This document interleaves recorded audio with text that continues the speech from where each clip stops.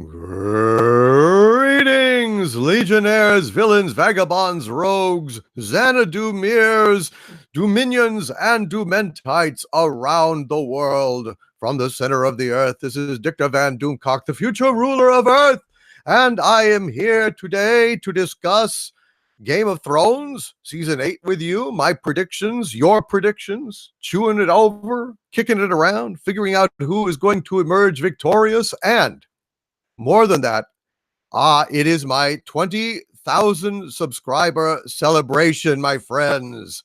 Hail to all of you. Thank you so much for being here. This is all about you guys today. You guys are the ones that gave me 20,000 subscribers.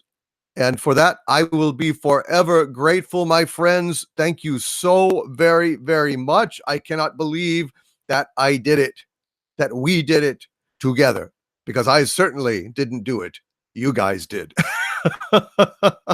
And so, from the center of the earth, I want to say hail to Daniel Irwin, to Enclave Soldier Gola 82, Darth Monkey O'Wrath, Rolo Cat, Hintakan 360, Rudyard Oynik, Omega Ash, Mark Termal, David Sims, Solar Chaos, Michael Domer, Zoomed 1975, Samuel Aragon, Nerd Girl, Berto Prey 5, Uber Kosh, Fausto Solis, Brent Newman, Antonio Cardenas, Zach Grieg, Adam Armstrong, the wannabe comic artist, Simon Jensen, JP, Kelly Bultz, Fusa, KC, Scott John, Dan Steve, Dawn of Mutilation, Supermassive Gaming, Preserving Light, Omega Ash, Mary Ashmead.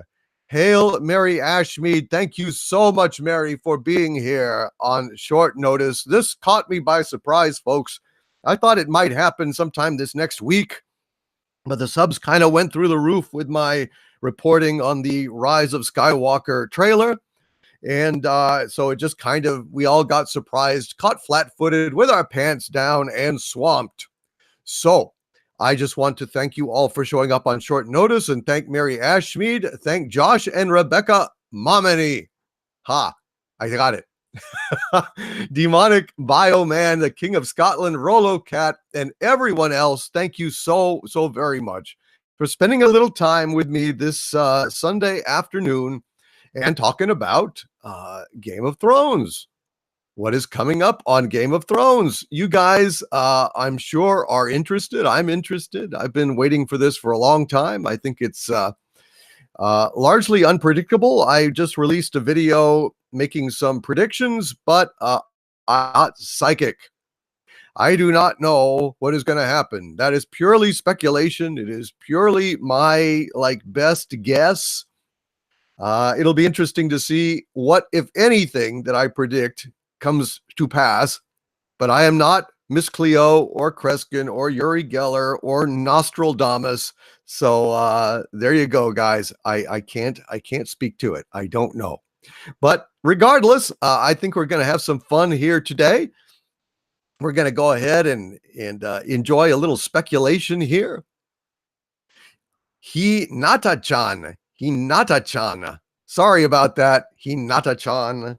I will write that down along with Aimakoki-gun to try and remember that. Hinata-chan. Sorry about that, man. What can I say? Also, remember, this is like the crack of dawn for Doomcock. So he's not all entirely firing on all thrusters. So there you go, guys. I just want to thank you guys so much for everything. And joining us here, as always, is Harvey Cthulhu. Harvey, say hello to everybody. Hello, Harvey. Hello, everybody. Well, I didn't mean say hello. You never mind. It's an old joke, but a good one. Thank you, Harvey. Say hello to the good folks here on a Sunday afternoon. I don't know this concept of Sunday or afternoon, but welcome. Thank you guys for being here. Thank you for getting Doomcock to 20,000 subs. I think that's pretty amazing. Yes, and I wanted to do this afternoon stream partly ahead of Game of Thrones, just to go ahead and get some fun discussion in there about it, and partly because this just happened. Now, normally I would never do another live stream so close to the one I did on Friday night, especially not without doing the super chat square up. But this was, like I said, kind of a surprise. I was not planning on it, and so that's where we are today. But this is part one of the celebration for all of my guys in the afternoon. Part two will be on Tuesday night. But I promise that any surviving super chats that we don't have time to get to, either that I had from Friday or that I have today, if that happens, which it may not, they will absolutely be squared up ahead of the next live stream. So I do apologize for that. Generally, I do not live stream this much at all. I probably, left to my own devices, would not have had another live stream till late next week. But, to quote Sam Spade, when a guy gets 20,000 subscribers, he's supposed to do something about it. It's not okay if he just ignores it and doesn't thank everybody. It's 20,000 subscribers and he's supposed to do something about it. If he doesn't, it's bad for supervillains and fans and YouTubers everywhere. So I just wanted to go ahead and do that. And thank you guys. Hail to the chat. Hail to Mary Ashmead, and hail to Game of Thrones. We can talk about the things that we don't like about Game of Thrones as well as the things that we love about it. I know some of you are very discontent with this show. I have shared that discontent. I felt that season 5, or was it 6? What is this, 8? The season before this last one was unwatchable to me. All of that stuff basically after Jon Snow came to life up until the Battle of the Bastards, all of that stuff is completely unwatchable to me. I thought that season was dreadful. And then I felt this last season, while it had insane logistical problems that don't make any sense whatsoever, like how how that guy ran back to the wall when Jon Snow and all of them were on their little ice island, and that guy ran all the way back. Gendry ran all the way back and got word to Daenerys, and Daenerys gets on her dragons and flies all the way over in time to save them. Was absolutely one of the most logistically nutty things I've ever heard of in my life. Yeah, there's some problems here. There's some problems, like Arya going ahead and jumping the shark, metaphorically, when she just leaves the faceless men, and then that assassin comes after her, stabs her in the gut, and she jumps right in there into the dirty canal water. She would have gone into septic shock. She would have gotten a massive infection, and she would have dropped dead without a doubt. But there she's running through the city. She's doing parkour, She's doing gymnastics, running away from this assassin. One of the worst things I've ever seen on Game of Thrones. Just so I do not blindly think that this is the best show on TV. But let me go ahead and list the things I do love. The production values are outstanding. In general, the way that the characters are written is outstanding. The actual, acting is vastly above average. I mean, it's just way up there. Things look like a movie. The dragons are incredible, and it's a lot of fun. So, I think that overall I can just go ahead and overlook these flaws and just acknowledge, okay, this doesn't make sense. This doesn't make sense, but the characters are so good. And I've been with this thing for years, and I'm very interested to see what is going to transpire. And so, yeah, guys, I am interested. I am interested. Butler 195 says they dumbed it down for 20-year-olds. Well, that's quite possible. I have not, now disclaimer, I have not read a word of the books. I came to this entirely from the show, so I'm going through the show to the end, and I plan probably to read the books later if George R. Martin ever finishes, which I'm not entirely sure will ever happen, but I'll be damned if I'm going to go ahead and start reading that series not knowing if he is ever actually going to end the damn thing. So there you go. And for those of you like Dave Bob here who have never seen a single episode, I apologize, my friend. But hail to you, Dave Bob, and thank you for being here anyway. By God, I am deaf. I am become deaf. Destroyer of Worlds says Littlefinger's death was anticlimactic and almost pointless. I was very disappointed to see him die. I absolutely was. I thought he definitely should have gone out better than that, without a doubt. Morgrog Skullcracka says, I'm calling it now. Jaime will kill Cersei. Well, I think he's going to try, but I don't think he will. I think Arya is going to get Cersei. It would be sad if Arya never, ever got anyone except Walder Frey. You know, as they keep dropping like flies around her. I think she's going to do that. I think she's going to do that. Mary Ashmead, I loved every minute of Littlefinger's death. Interesting. Will Arya kill the Mountain? No, I think Clegane, the Hound, is going to do that. Nobody's really tested the Mountain yet since his reanimation. So I think that he's going to be slower, dumber, and a lot easier to kill. He still has his strength, but, I don't think he's all up there mentally, frankly. So we will see. We will see.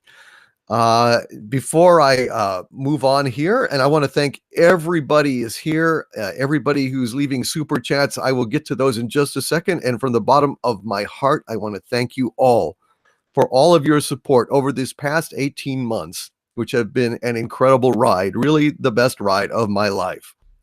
I can't tell you guys how much I appreciate this. It's man, I was stunned yesterday when it was just shooting up and then cross that line. And I just was never even sure I would actually see that day.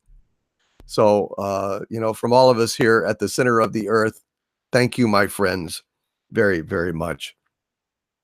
Okay, for those of you who have not seen my predictions in a nutshell, let me just really quick run through it. And then, hey, digital pollution, hail to you, sir. Let me go ahead and run through what I thought was gonna happen, my best guess. So everybody's gonna be caught flat-footed on this whole, the wall coming down and the dead invading Westeros. Obviously, in the north, the target is going to be Winterfell. Winterfell is going to be the ground zero. I mean, there's going to probably be some castles between that'll easily fall, but Winterfell is going to be the target. Now, the Night King could easily just pass by Winterfell and head straight for King's Landing. But bear in mind that he peoples his army with the dead. So since there will be a lot of people congregated at Winterfell, Winterfell will be the source of one of the earliest battles in this war, because everybody was away on that, mission to, have Cersei get enlisted, and they were all over around King's Landing. When this invasion comes, Sansa will be alone in command of Winterfell, and Sansa will fall. Sansa will fall. She will not survive the siege, and Winterfell will see its last winter. I predicted that Arya will get Bran out of there. And Arya, of course, will head for King's Landing because Arya still has her list. Apocalypse be damned. She's got her goddamn list, and she wants more than anything to kill Cersei. So that will be her aim. Even as everything else is lost, she's going to want to kill Cersei. So, after Winterfell falls, there's going to be some kind of strategy that's going on. And Cersei will pledge her golden army bought from, Bravos, rented, basically her mercenaries that are being shipped in. And everything is going to be, cool. They're going to have a plan to engage them either north of King's Landing or at King's Landing. They may want to actually do it north in order to not, to be able to fall back if they need to. But Cersei will have a secret plan to screw Daenerys. She will either have her troops actively target her or have the scorpions under her command actually turn and shoot her dragons and kill her. Jaime will have a scene with Brienne of Tarth one night before they're, bound to head into battle, she will inadvertently shame him with her nobility, as she always does, and he will realize that he is sending her to her death. He knows for a fact, unlike Cersei, he's not as choked by hatred, so he knows that if Cersei goes through with this plan and they don't present a united front, the Night King is going to slaughter them all. And so he's going to be placed in a similar situation as he was with the Mad King, who has burned them all. Well, that's essentially what Cersei is doing again. And drunk and miserable, he will try to talk her out of it. She will not be budged. He will draw his sword to kill her, and the mountain will behead him. This will drive Cersei further over the brink of madness, and she will become more determined than ever to screw the efforts. She will be convinced that they can fall back with all their forces to King's Landing and defend, have a whole array of scorpions, think that, the dragons are the real threat, and she's going to have just masses of, of artillery there. The undead dragon is the main threat. Hopefully she will have her intention will be to have killed both the dragons in the betrayal. I don't know exactly how that will sort out, but it is going to basically doom King's Landing to a fiery conclusion. It is going to fall. There's no doubt about it. Daenerys saw that in her vision, with the throne room burned, the roof torn open, covered with snow, the Iron Throne empty. I think that is going to pass. I think that when it is clear that King's Landing is about to be razed to the ground, good old Maester Frankenstein will escort Cersei down through the catacombs beneath the kingdom and out to relative safety, along with the mountain protecting them. Clegane, fleeing the battle because of all the unpleasantness with fire, will run into the castle. He will witness this retreat and he will follow. In the catacombs, he will engage the mountain. He will kill the mountain. Then Maester Frankenstein will kill him, surprisingly, in the back, and then rip off his face, and it will be Arya who finally will have her vengeance on Cersei as the world crumbles around their ears. There will be one dragon left of Daenerys's dragons, and of course the undead dragon, I think, will probably still be around. But the only chance that they will have is Aegon Targaryen, Jon Snow, flying on that dragon because he is a Targaryen. He will attempt to flank the entire army and approach the Night King from behind, and he will engage the Night King in single combat after having used the dragon to clear away everything around him, because he knows if that Night King falls, they all will fall. And the outcome of that battle, I cannot say. Although I suspect that winter will finally settle over Westeros and the Night King will probably reign supreme. But I see a confrontation between Jon Snow and the Night King as the climax. As far as all the other characters, Bran will then probably go back in time and reset everything, being the worst ending that they could possibly be. But those are my best guesses. Those are my best guesses, and I could be completely and totally wrong. I don't claim to have any knowledge. I don't have any insights. I'm just like you guys, just a fan watching.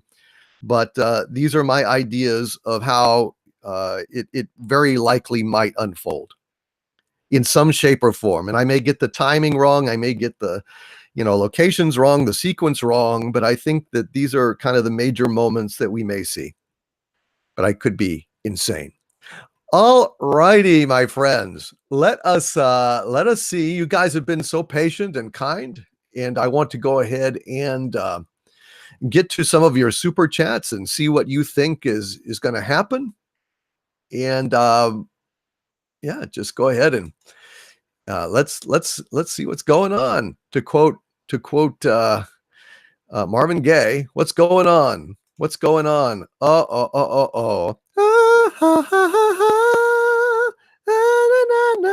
na. Lori Roberts, my legionnaire and Harvey's #1 fan and future high priestess, with a $20 super chat. Thank you, Lori. Thank you so very, very much. And Lori, thank you for all the support over this past year. You have been a mensch and a rock, and you rock, my dear. Thank you so much for being here. Lori Roberts says, Doomcock and Harvey, congrats on 20K. After seeing the Star Wars trailer, I am as angry as I was the day I found you. Keep fighting. You do us proud. Thank you, Lori. Yes, those of you who saw my response to the Rise of Skywalker trailer and the revelation that Palpatine, yes, I call him Palpatine because in the sequels, he's Jake Palpatine instead of Palpatine, the actual emperor of Star Wars.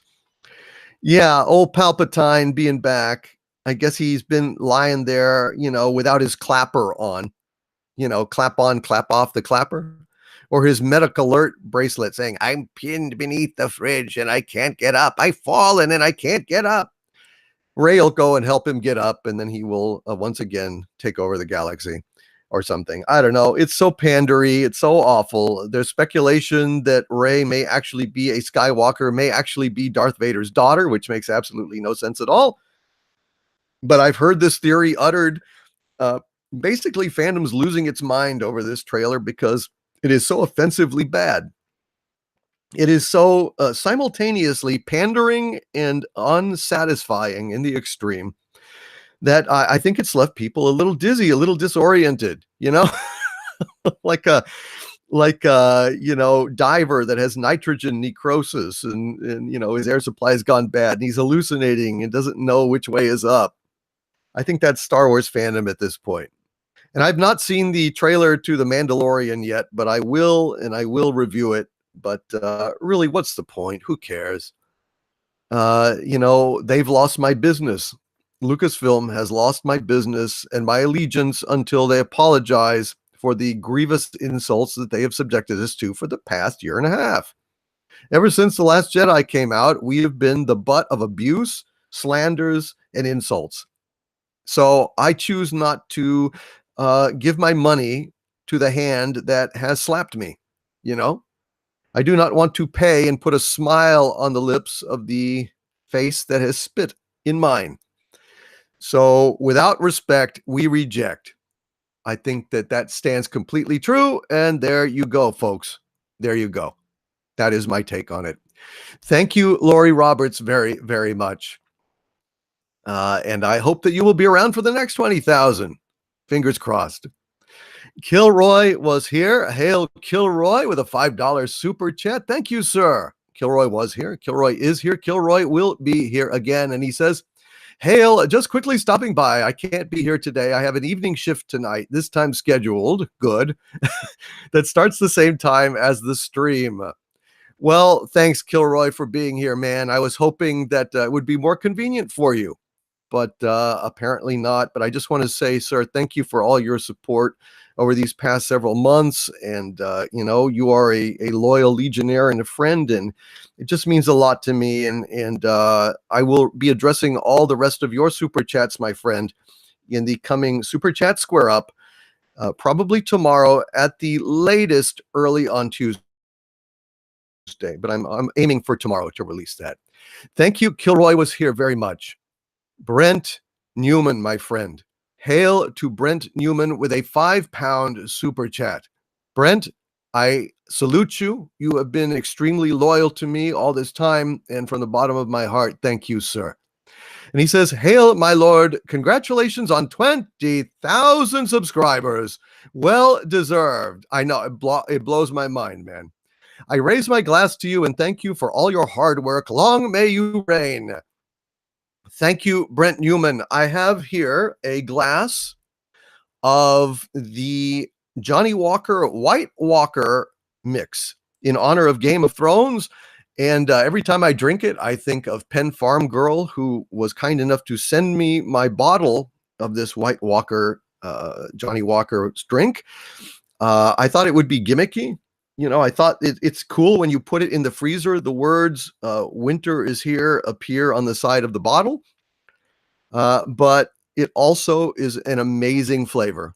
It's just I've never tasted anything quite like it, and it's delightful. And so to Penn Farm Girl, thank you, and to all of you here tonight and today, wherever you are across the world, to 20,000 subscribers, to all of you, cheers.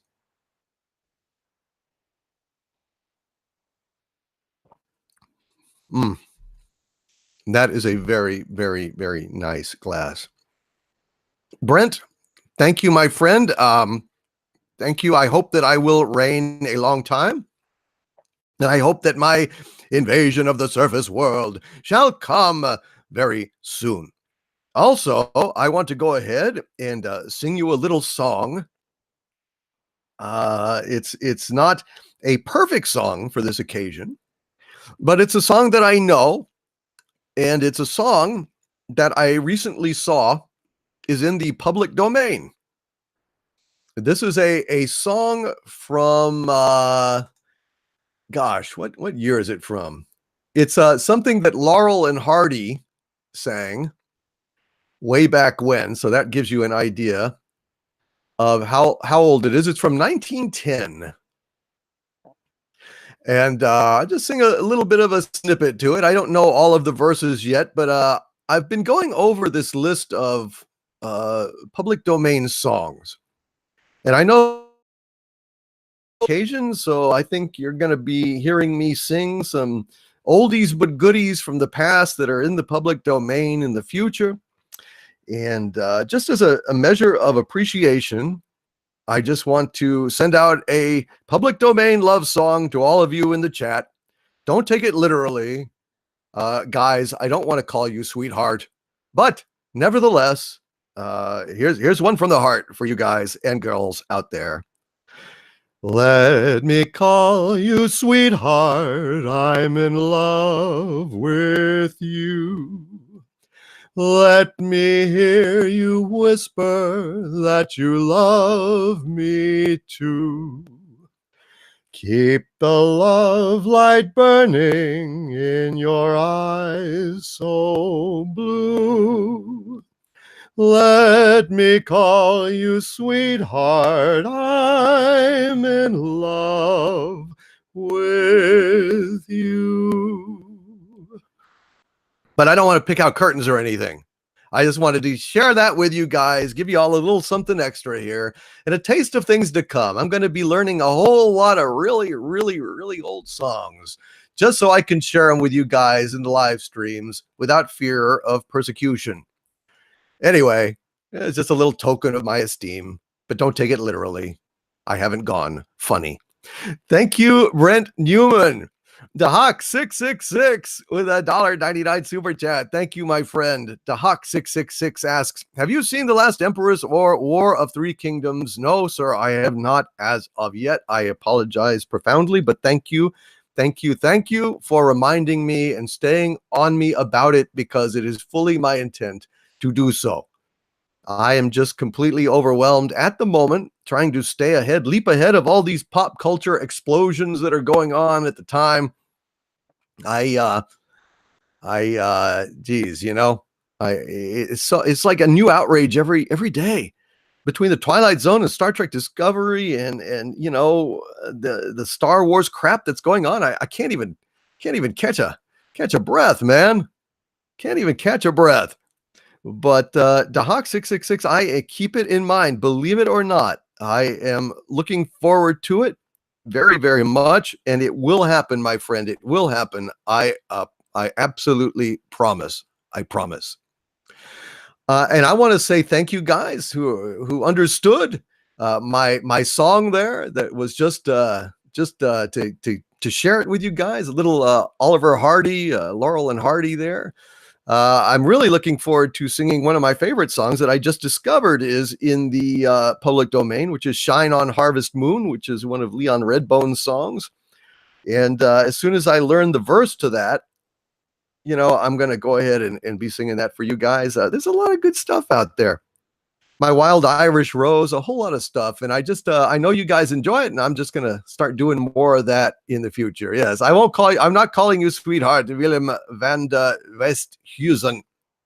Willem van der Westhuizen. I am not. It was a metaphorical one, not a literal one. Yes, Orange Hat Reviews. This is indeed the Doomcock stream.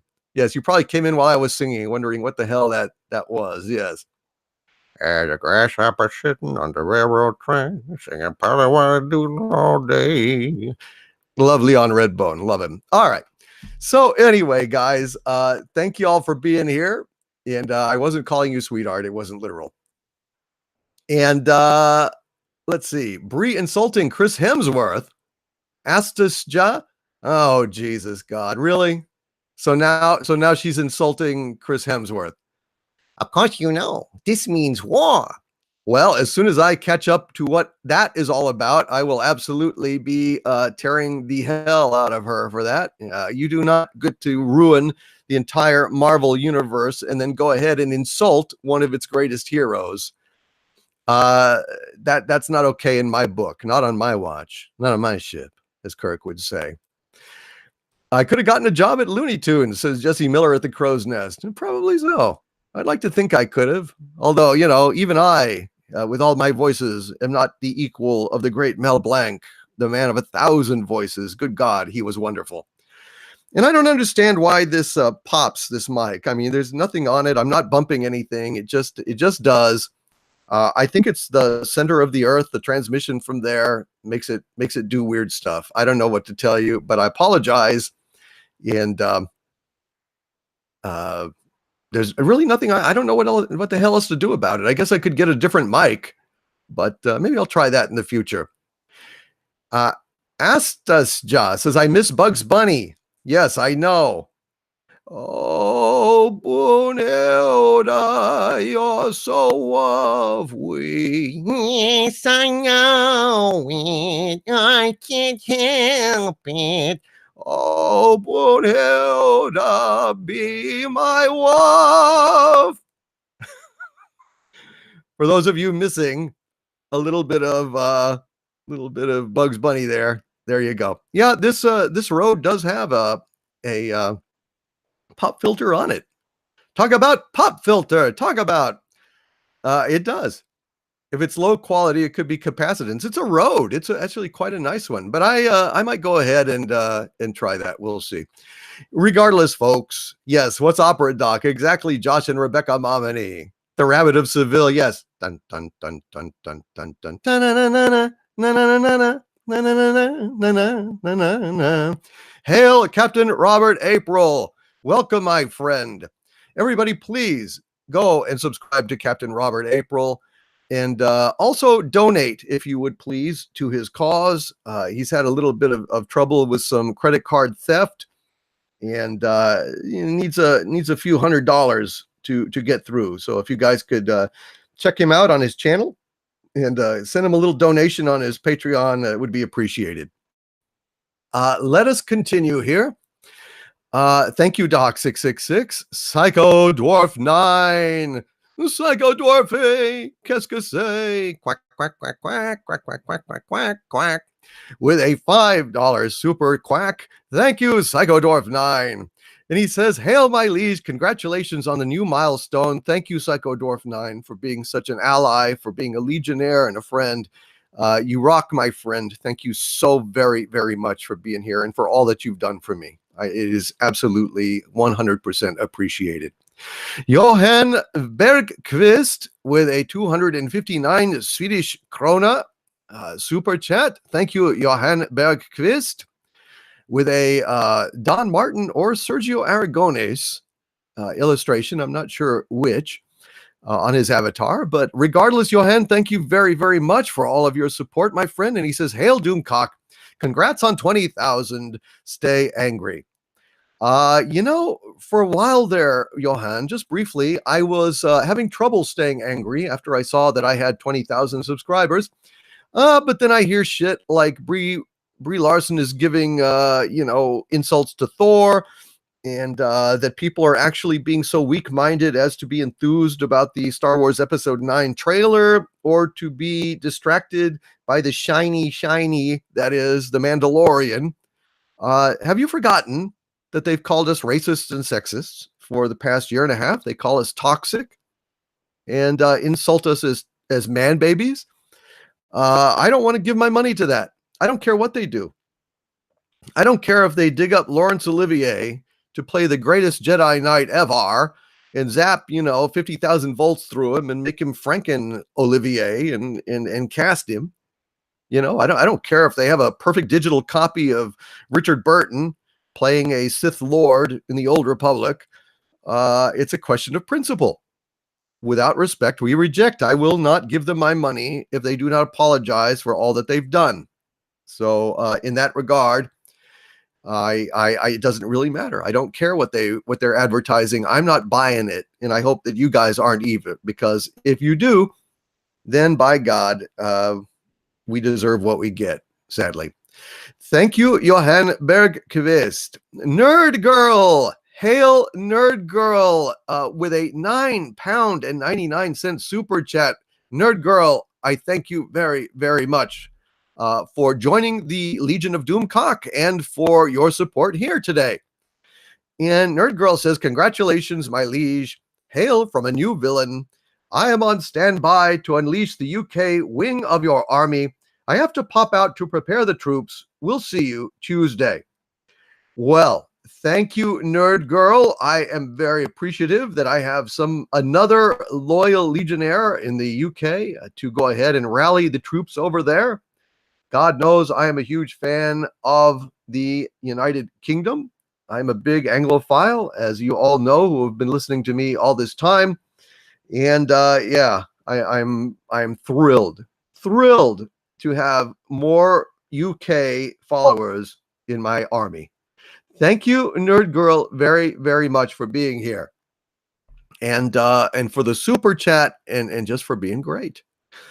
MK Ultra, hail MK Ultra with a $2 super chat. Brother, you are very welcome here. I cannot wait until we have another Exozone to present your Bigfoot theory. I think it's fascinating, and I'm looking forward to giving you a platform to present it to the world. Anyway, NK Ultra says, hail Overlord, congrats on the 20K. Thank you, MK Ultra. Thank you, sir, very, very much. One of my longtime legionnaires and friends. Dude, you rock. From the bottom of my heart, thank you. Josh and Rebecca Momini, Momini, with a $2 super chat. Thank you, Josh and Rebecca.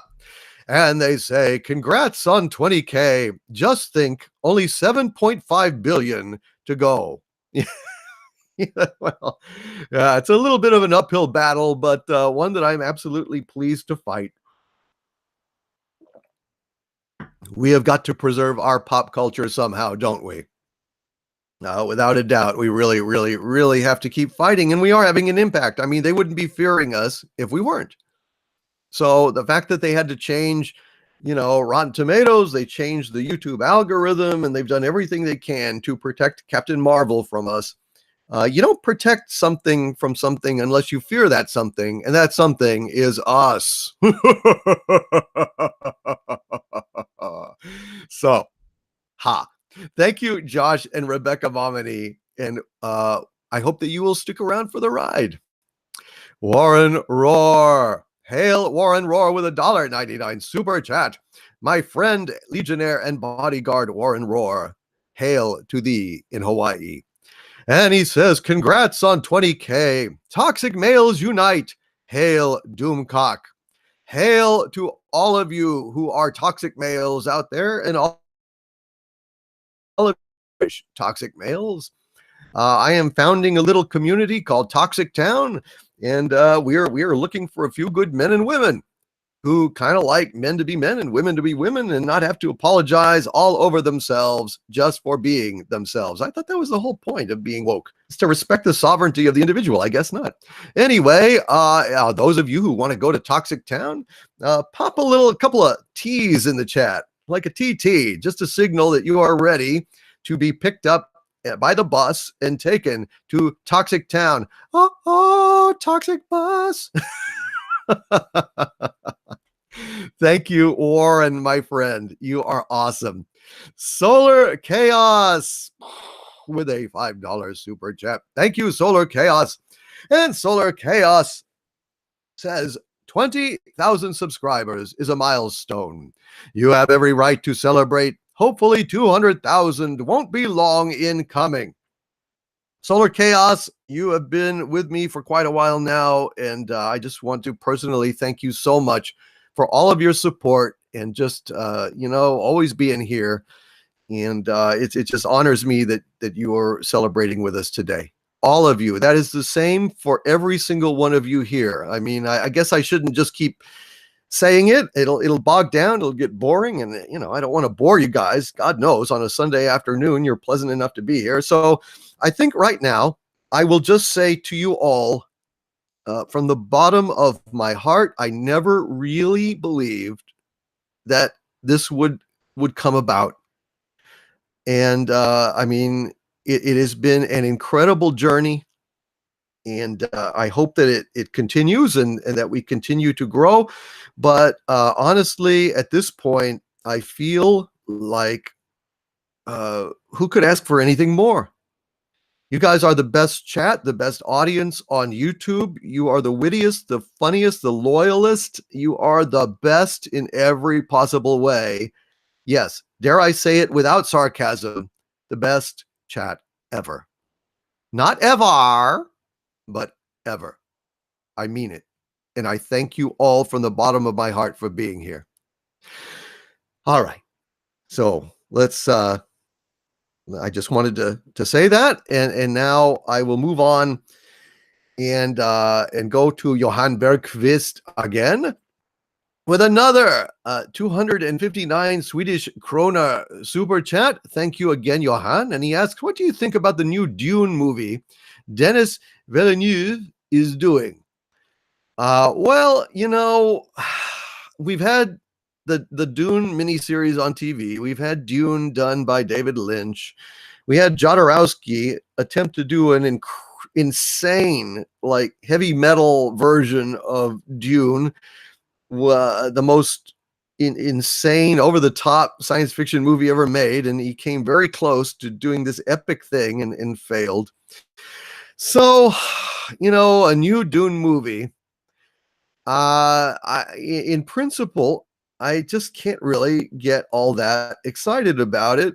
Now, if I see that he's doing something outstanding, and particularly if it is not only outstanding, but like slavishly in accord with the canon of the project, in line with the book, getting its life's blood right from the book direct, injected right into its veins with a needle, then I might actually work up some enthusiasm for it. To see a really, really faithful, incredibly high production value, well-written version of Dune, then I'm excited. Anything less than that, even if it's just mediocre, I could not be less impressed. I won't even bother to see it,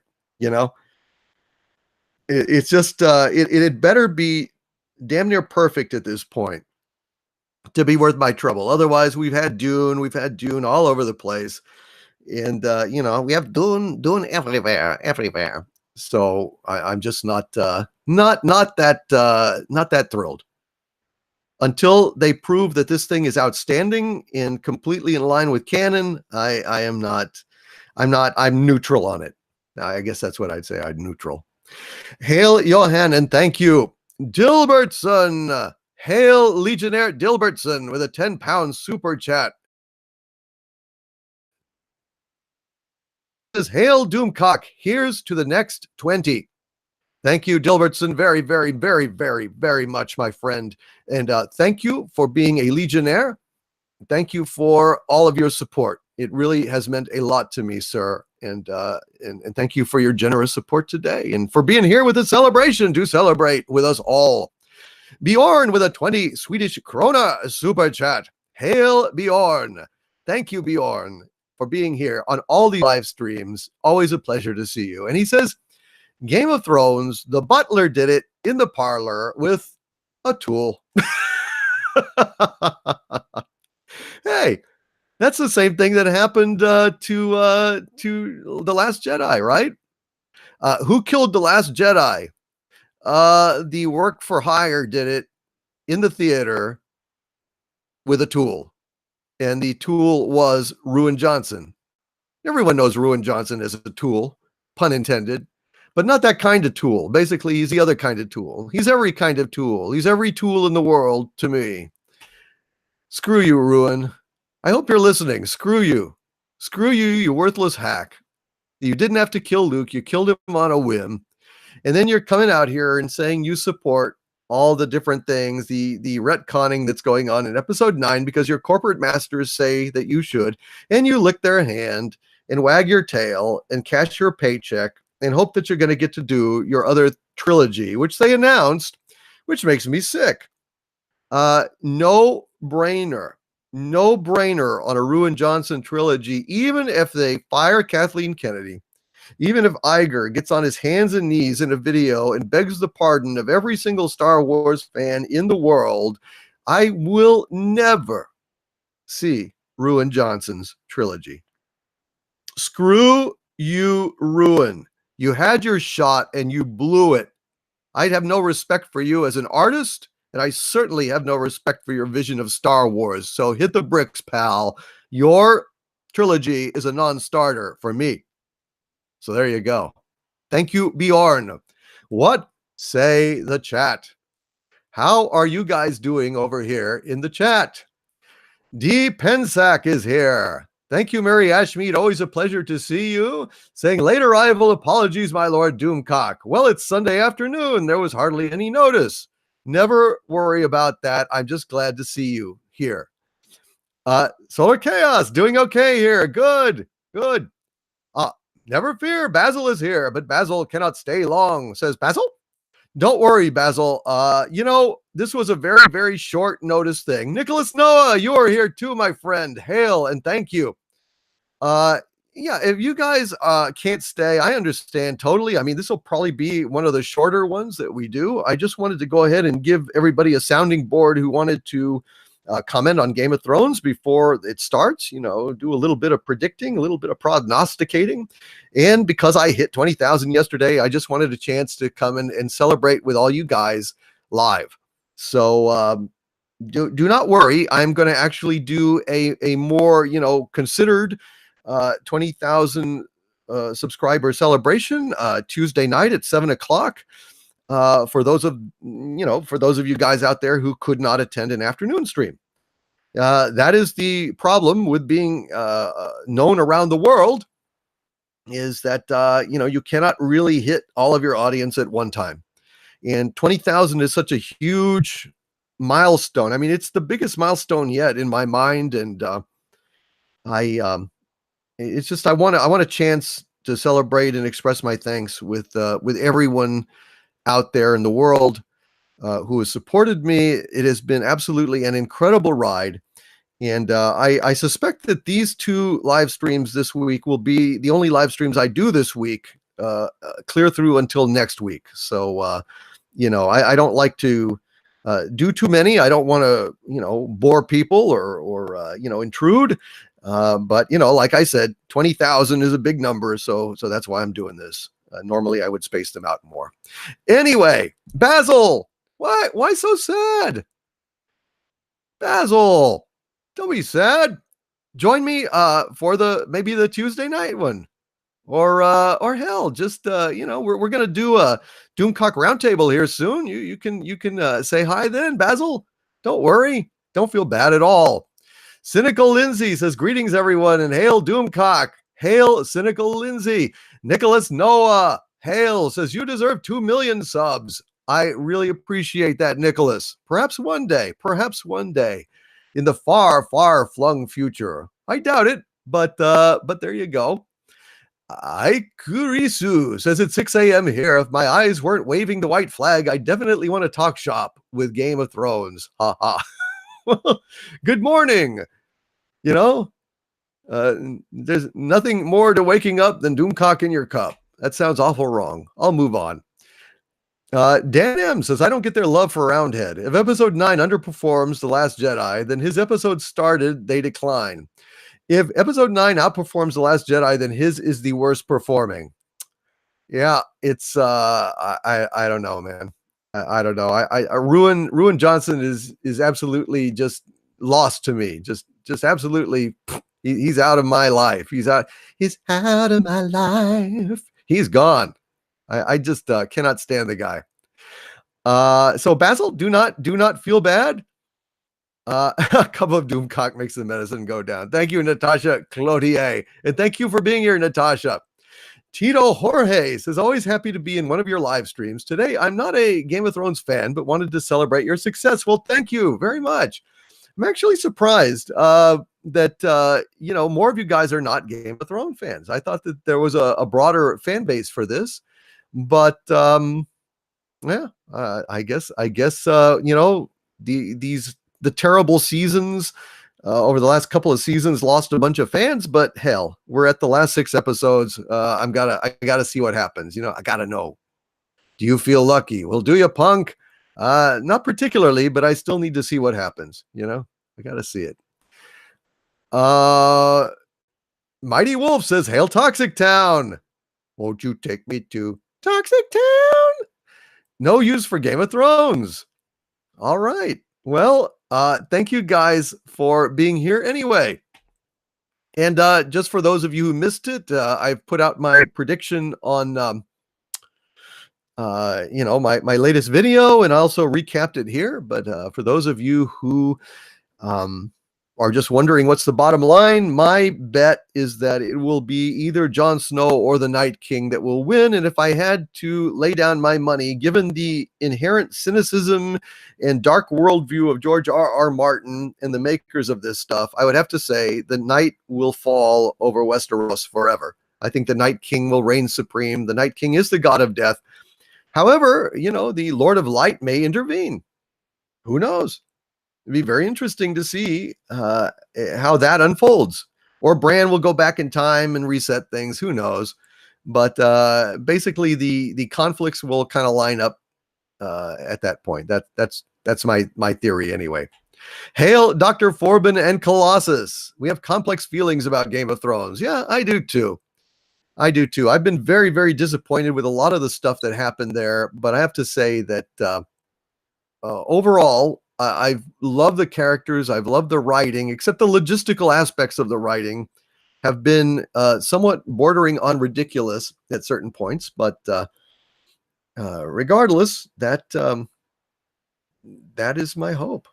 I think that I hope they finish strong, and I hope that they maximize the conflict and give us some of the promised showdowns that have kind of been foreshadowed over the course of these last 7 seasons. Fingers crossed, but it could be a horrible shit show. I guess we'll just have to see. Well, all right, folks, let us continue on. The best fight in Game of Thrones, Nicholas Noah. That's a good question. I don't know. The best fight in Game of Thrones, I don't know. Maybe Clegane and Brienne. I don't know. I mean, if you mean personal fight, I think the best action sequence in the whole thing thus far has actually been the wagon train sequence where Daenerys attacks for the first time with her dragons. I thought that was incredible. I thought that was an amazing spectacle, but I don't know. I guess we'll see. I don't want to see visible wangs either, Basil. I'm not into that at all. Although some of the female nudity has been quite wonderful in the show, but I don't know. It's not for everybody. But MT says, congratulations on a well-earned 20,000. I'm a Game of Thrones fan, even if the books are better than the TV series. I love it to bits. I do love Game of Thrones.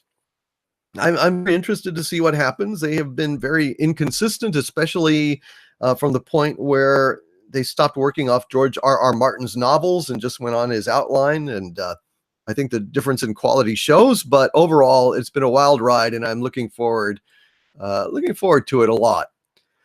And but we'll see what happens. Gray Fox says, always a pleasure, Doomcock. Thank you, Gray Fox. Thank you very, very, very, very much.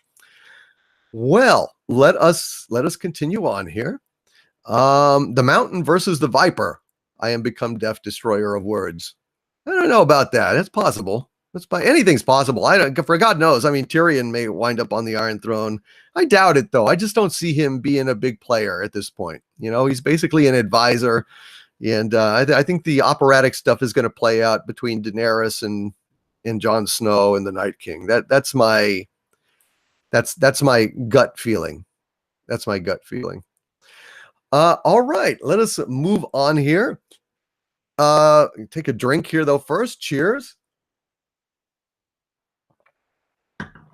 Hail to my legionnaire extraordinaire, the perpetual punster, a witty fellow, most witty indeed, with a $20 super chat. Thank you, perpetual punster, sir. And he says, hail Doomcock, Mary Ashmead, and chat. Congratulations on well-earned 20,000 subscribers. Hail. Hail, perpetual punster, sir. Much, much appreciated, as always, from the bottom of my heart. You have supported me so much over these past 8 months, 10 months, however long you've been with me, and I just want to thank you so much. Eric Hawk, and also Perpetual Punster, all the amazing things that you contribute over at Xanadoom at patreon.com/Doomcock. You're a great poster over there, and it's always a joy to read your observations and thoughts on these things. And man, like I said, much appreciation and respect. Eric Hawk. Eric Hawk with a $2 super chat. Thank you, Eric. And he says, congrats, celebrate good times, glory to Xanadoom. Thank you, Eric Hawk. Thank you very, very, very much, my friend. It is wonderful to have you here, and it is wonderful to have you there. Here, there, and everywhere, to quote Paul McCartney. I like your little dinged up black hole robot there. I've got a toy of that somewhere. I haven't seen it in a while, but I know it's out there, probably in a bin out in storage. I like that little guy. I love the robots in Black Hole. I thought that they were absolutely awesome looking, especially that Sinister one. He was badass. Anyway, Eric, hey, thank you very, very much. Kato Roan with a €2 super chat. Thank you, Kato Roan. And hail to you, sir. And thank you for all of your patience over these past few months with the various ups and downs. You know what I'm saying. But thank you, Kato, for being here. I appreciate it very, very much. And he says, congratulations, Harvey and Dictor. Hugs for Harvey. Oh, well, thank you. Where's my hugs, Dictor? Well, right here, Harvey. Here's a little hug for you. But you're just hugging the air. Why don't you go ahead and lower the containment field so you give me my hug? I want my hug. Oh, Harvey, you pandering son of a bitch. What? I just want my hug. Listen, Kato Roan is giving me a hug. I want my hug. Is that so much to ask? On the 20,000 anniversary, it's my anniversary too, you know. I was there from the second episode on. I was there in the first one, but you wouldn't show me. And I mean, everybody is congratulating you on your amazing subscriber thing, but it's mine too. And I want my hug. Is that so much to ask? Oh God, here we go. And here I am, confined in my little bowl, an eldritch god without portfolio, without dental and medical coverage. Just going out here and languishing. Oh God, like a fish in a bowl. A goldfish specifically, yes. And he won't even give me a hug.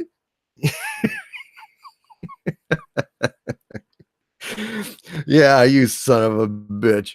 If I hugged you, all of a sudden you would hug the world, wouldn't you? I'd like to buy the world a Coke. Yeah, right. You can't even say that with a straight face. And I can't even see your mouth, but I know you're grinning. I am not. I know you are. I'm not disingenuous. I'm being sincere. I'm being absolutely sincere. I'm wounded to not be able to receive a hug, to have to live without the touch of another.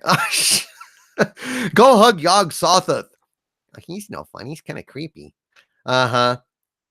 You just admitted you tacitly admitted that you can go in your own dimension and get a hug from Yog Sothoth if you wanted it. You just don't. Curse you, Doomcock! Curse you, monkey boy! Curse all of you out there! Damn you! You will all perish in flames! You hear me? Flames! Happy 20K! Yeah, he stalked off. Had me going for a minute there. I bet all of you are out there like crying tears and feeling sad. Uh-huh. Oh, come on, just a little hug, says Shifty. Right. Uh-huh. Eric with a K says, I'll hug you, Harvey. No, you won't. It'd be the last hug. It'd be the big hug. It'd be the final hug. The last hug goodbye. That's what it would be. I know. You guys were like falling for it for a minute. Dave Bob loves Harvey.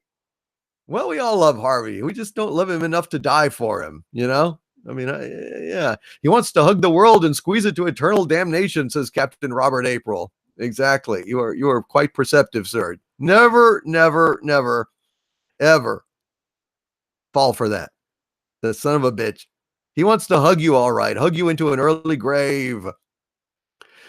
Lord Narco Wookie. Hail Doomcock. Sorry I'm late. No worries. Don't worry about that at all. I'm just glad that you're here. Just got here. Please summarize, says Kigo Rogers. Well, once upon a time, there was nothing. And then someone said, let there be light. And there was light. But I'm getting ahead of myself. Sam Gueven says, I am so lonely. I once asked my doctor to hug me. She said no. Everybody in the chat, will you please send out some hugs to Sam Gueven? Sam Gueven, you are always hug-worthy here, my friend, and you are never alone here in the chat. This is one of the best communities I've ever seen. This is the best community on YouTube, and send Sam out some hugs. Let Sam know that Sam is welcome here, and one of us.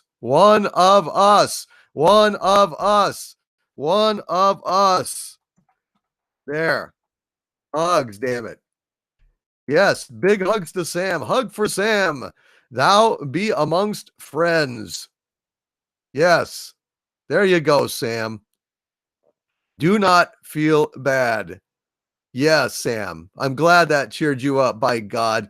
I'm not going to have anybody in this chat feeling alone. That's for goddamn sure. I mean, that is the main thing here. Even more than my witty bon mots and my absurd observations about pop culture and my little snippets of song, we are all about fellowship here. And like we leave no super chat behind, we leave none of our own behind either. So, you know, people, all sorts of folks here that are struggling with, but Reverend Belfried Axevilda says, but I do feel alone. Well, stop it. You're not. Especially not you, mein Freund. You are awesome, my friend.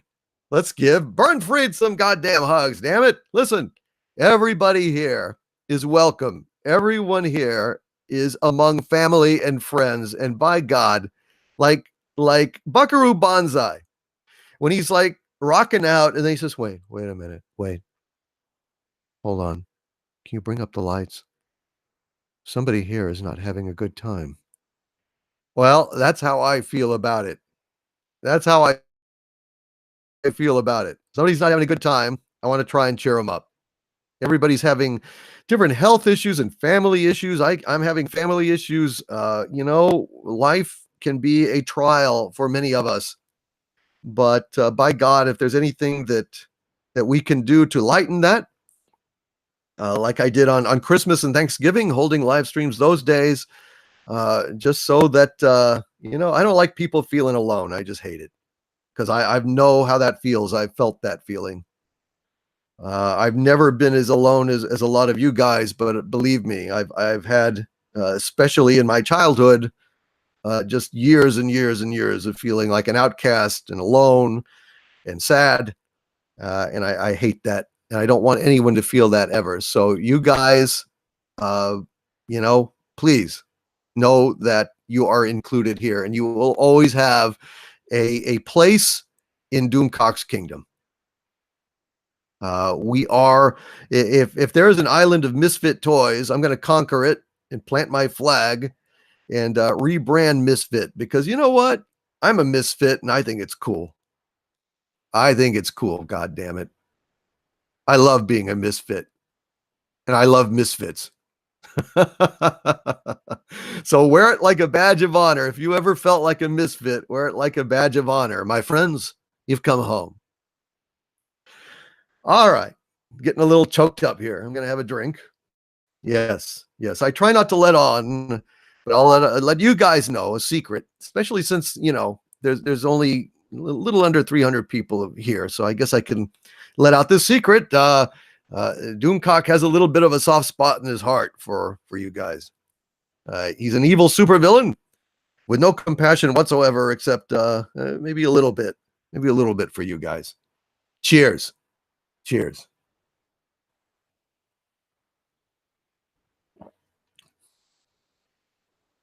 Yes. Silver and gold means so much more when I see silver and gold decorations on every Klingon corpse. Where the hell did that come from? I don't know, but it's weird. D Artist Jewelry. Cheers to you, my dear. Cheers, cheers, cheers. Even Star 85. This is my first live chat. I have to say, it's the loveliest chat I've ever been on. Thank you, Even Star, and welcome. Welcome to you. Very, very much. Yes. Lowe says, rise up, hate mongers of the toxic brood. That's right. It's just so funny how you will not find very much compassion at all among the haters that call us haters. They love to say, oh, you hate everything. Oh, you don't like anything. You are so negative. All you do is trash things. All I do is trash insulting things, stupid things, ugly things, things that spit in our faces, things that wad up our franchises and cast them away like used tissues in a teenager's room. Screw that.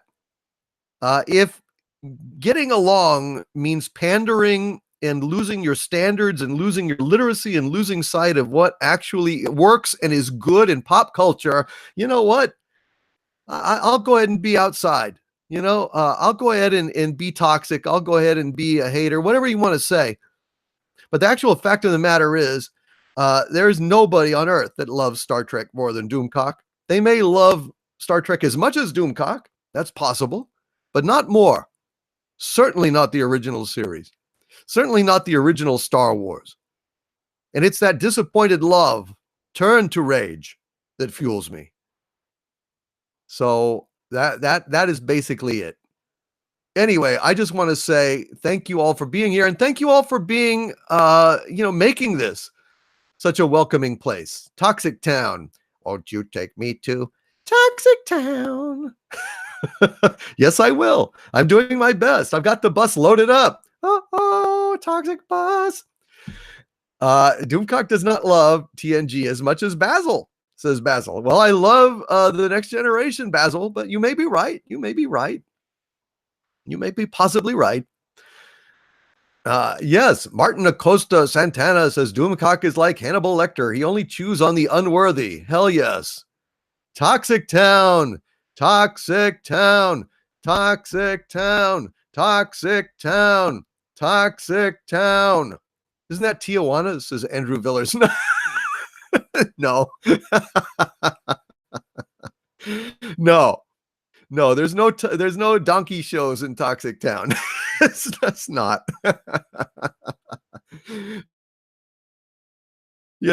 It plays. Actually, it's a pretty nice place. It's a normal place. It's a place where everybody's welcome that isn't a crazy ass SJW nut out to ruin entertainment and shame us for their own virtue signaling. Everyone else is welcome.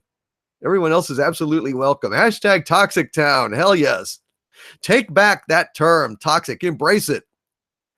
You know, people of color and gay people have had to embrace the pejoratives among themselves to rid them of their power. Well, hell, okay, you call me a toxic male. I don't care. I just don't care. How are the rents in Toxic Town, my lord? They're very reasonable. Hell yes, very, very, very reasonable indeed. I read necrophilia is dead boring, just saying, says Rolo Cat. And then I said in dead because it just worked its way right into my head. Eric Hawk. Today I made the Orville theme my phone ringtone. Join me. Excellent. Excellent. Love the Orville. God, I love the Orville. I need to do like a season review of the Orville. I've just been so beset. Listen, Star Trek Discovery reviews take so much out of me. It saps my will to live for hours or days after I watch one of these goddamn things. And then the reviews themselves are so much work that it's been very unfortunate that I've had the Orville at the same time as Star Trek Discovery. And I love the Orville. And so, it's kind of like my medicine, but, I have to attack STD because it's a disgrace and an assault against human cognition. So anyway, that's what's going on. All right. Let us continue on. Let us continue on with the super chats. Thank you guys for your patience. Kato Roan, thank you very much. The Hungry Chunky Funky Monkey, walk it down. Tito, walk it down. Tito, walk it down. With a 20-pound super chat from the Hunky Chunky Funky Monkey. Hail, Hunky Chunky Funky One. Brother, you have been a staple of the Doomcock diet since you swung into my life all those many months ago. Chittering and flinging a substance that I don't care to examine too closely, the Hunky Chunky Funky Monkey is just one awesome simian.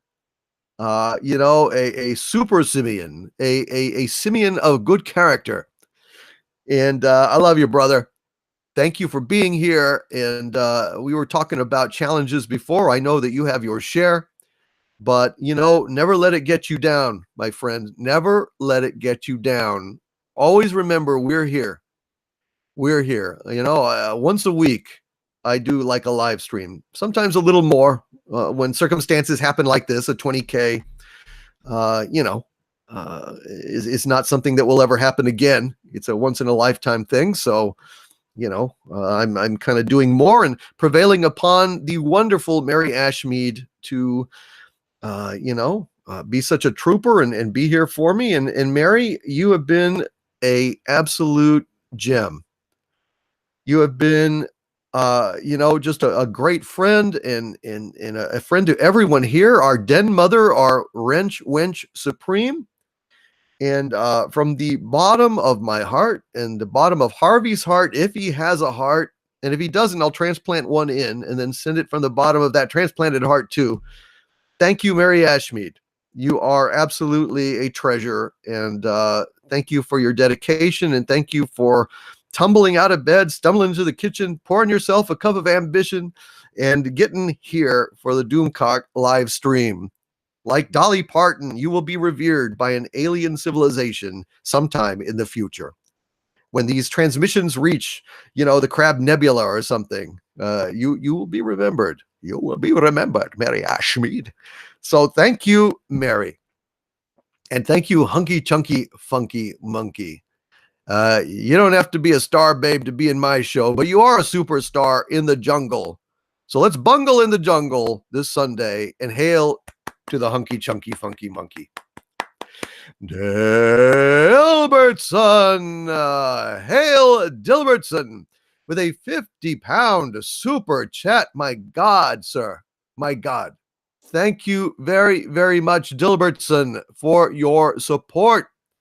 And he says, moving support from Patreon to chats. Dilbertson, dude, that is incredibly generous of you. Incredibly generous. Thank you, my friend. Thank you for being here. I'm sorry if you are planning to leave Patreon, but you will always be a legionnaire to me, and I just thank you, my friend, really, for everything. And yeah, man, let's chat later. Rolocat, hail Rolocat with a €2 super chat from my legionnaire.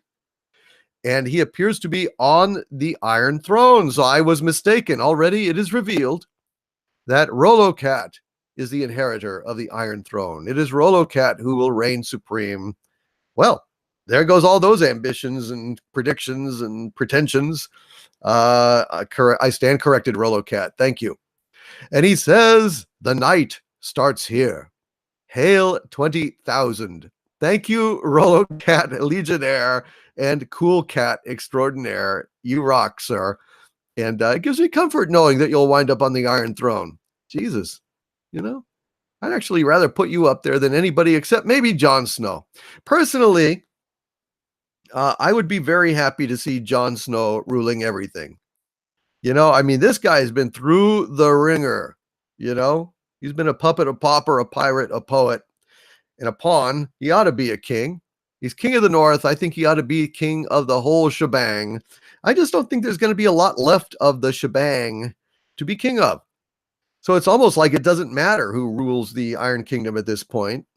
What's left? It's kind of like, oh, Kathleen Kennedy is the king of Star Wars. Yeah, so congratulations on your smoking ruins, your little rat kingdom, Kathleen. Yeah, yeah. Are you happy? You're proud of yourself? It's like, who gives a shit what happens to Star Wars anymore? Who's celebrating Star Wars? I don't understand it. And all the celebration, I don't understand. It's just a shill 5 days a week. Crockett, man. Yeah. Star Wars is a crock. I'm calling it. Thank you, Rolocat. Tito Jorge. Tito Jorge with a $2 super chat. Thank you, Tito Jorge. And he says, congratulations, Doomcock. Thank you, Tito Jorge. Thank you very, very much. I appreciate that. Congratulations. Appreciate you being here, sir. Very, very, very much. And I hope that I will continue to see you over the next year. Who knows? Who knows? Maybe next year I will be at 40,000. It's possible. But I tell you, to me, for it just 20,000 was a big deal to me. I mean, it really was. And I just feel like now somehow, I don't know. It just feels like a very meaningful number to me. And I just want to thank you guys again for helping me realize it, making it happen. It doesn't even feel real at this point. It's just I feel a little overwhelmed. I feel like the dog that caught the bus. And what do I do now? I guess what I do is what I've always done, and keep reviewing things and keep running, and hopefully keep amassing resources to put into my robot army to then conquer the world. I guess this 20,000 subscribers thing is a signpost, a benchmark that tells me your global conquest is going to be realized. You will rule the world, Doomcock. And therefore, you must now prepare yourself mentally and physically for the domination to come. Fingers crossed. Fingers crossed, kids. Thank you, Tito Jorge. Dave Bob, hail Legionnaire and maker of fine prop weapons, and donor and friend and inventor of the term Boohine, Dave Bob, with a $2 super chat. I know you'll be modest, Dave Bob. I know you'll say, oh, I didn't invent Boohine, but I feel like you did, at least for me. In my book, when I conquer the universe, and I have, Doomcock's dictionary, Boohine will be there, and it will be noted, term invented by Dave Bob to denote the female posterior. Boohine. That Captain Marvel got no Boohine. I never get sick of that. Dave Bob, my brother, thank you, sir. Thank you for being here. Makes me you've made so much difference in my life every day. Every day. I handle that Forbidden Planet blaster that you made me. And it just I don't know, man. It just makes me so happy. I can't tell you. Thank you, Dave. Mark C. Mark C, the savior of my channel. One of those guys that really, really made a difference to me. He's a Legionnaire and a friend, and he told me, hey, you know what? These are the things that appear to be holding back your channel. And he's the one that kind of got me off my ass and made me create that second channel and transfer the live streams over there. And get the short things from Harvey off of there, and it just like all of a sudden then, because of you and your advice is how to do titles and just everything, Mark, you got things moving again. I was stuck on 18,000 for the longest time, and boy, now things are really rolling, and I have to take off my hat to you, Mark, and I have to say thank you, sir, from the bottom of my heart. You made a huge, huge difference. And thank you again also, as if that wasn't enough, for this super chat. And Mark C says, I like Game of Thrones, but Verothemax from Dragon Slayer, still the coolest looking dragon ever. Verothemax, is that how, wasn't it like Vermimax or I've only seen that, God, maybe twice in my life, years and years and years ago. But the one thing I remember about it, I thought that it was largely a fairly meh movie until the dragon, and the dragon was absolutely spectacular. Vermithrax? Yeah, wasn't it Vermithrax? I'm not sure. Anyway, yeah, Mark C, you are right. I think that he is an astonishing creation of effects. And I remember him crawling out of that cave. That was so creepy and so realistic, more realistic than any other dragon I'd ever seen in my life. I'd have to see it now. I'd have to see how he compares. Now, in my memory, he's an astonishing creation of special effects, just like top notch, just incredible. But a lot of water under the bridge now, and they've really gone a long way towards making these dragons incredible in CG. So I have to say that, I would have to withhold judgment on that. I think that the effects in Game of Thrones are pretty damn spectacular. Breathtaking in a lot of instances. On Dragonstone, when they go up on the beach and those incredible structures, and in the background you see, that long path up to Dragonstone Castle, the keep. Geez, man, it's spectacular. As good as any film. And I think the dragon effects are, man, they're really good. So, you know what, Mark? I will give your statement credence, and I will provisionally agree with it because in my memory, I was in such incredible awe of that dragon. I think his name was Vermithrax, but you're probably right. You're probably right. Like I said, it's been years since I saw it, so I'm not sure. But I will take your word for it until I get a chance to review that movie. But I tend to credit you. I think you're a pretty sharp guy. So if you say it so, good chance that it is. Thank you, Mark, for everything. Dr. Forbin / Colossus with a $20 super chat. Thank you, Dr. Forbin, and thank you, Colossus. And Colossus and Forbin say 20 for 20K. Colossus has informed me that you need a Whataburger. Hurrah! Hurrah! Hurrah! Thank you, Dr. Forbin. Guys, I have to say, this weekend, yesterday, in fact, I watched Colossus the Forbin Project once again. For those of you who don't know what that is, it's a film from, I believe, 1969. And it stars Eric Braeden, and directed by Joseph Sargent, who was one of the most important directors in Star Trek history. He was the one that helped Nimoy figure out the character of Spock in the Corbomite maneuver. when Nimoy was so frustrated to the point that he was almost ready to quit the show, where he said, "I'm an actor, Joe." He said to Sargent, because he'd worked with Joseph Sargent before, and Joseph Sargent is widely known as an actor's director. You know, you have technical directors like George Lucas, and then you also have, guys that are really actors themselves. Joseph Sargent was an actor himself. He was very comfortable working with actors. He knew what actors needed to give good performances.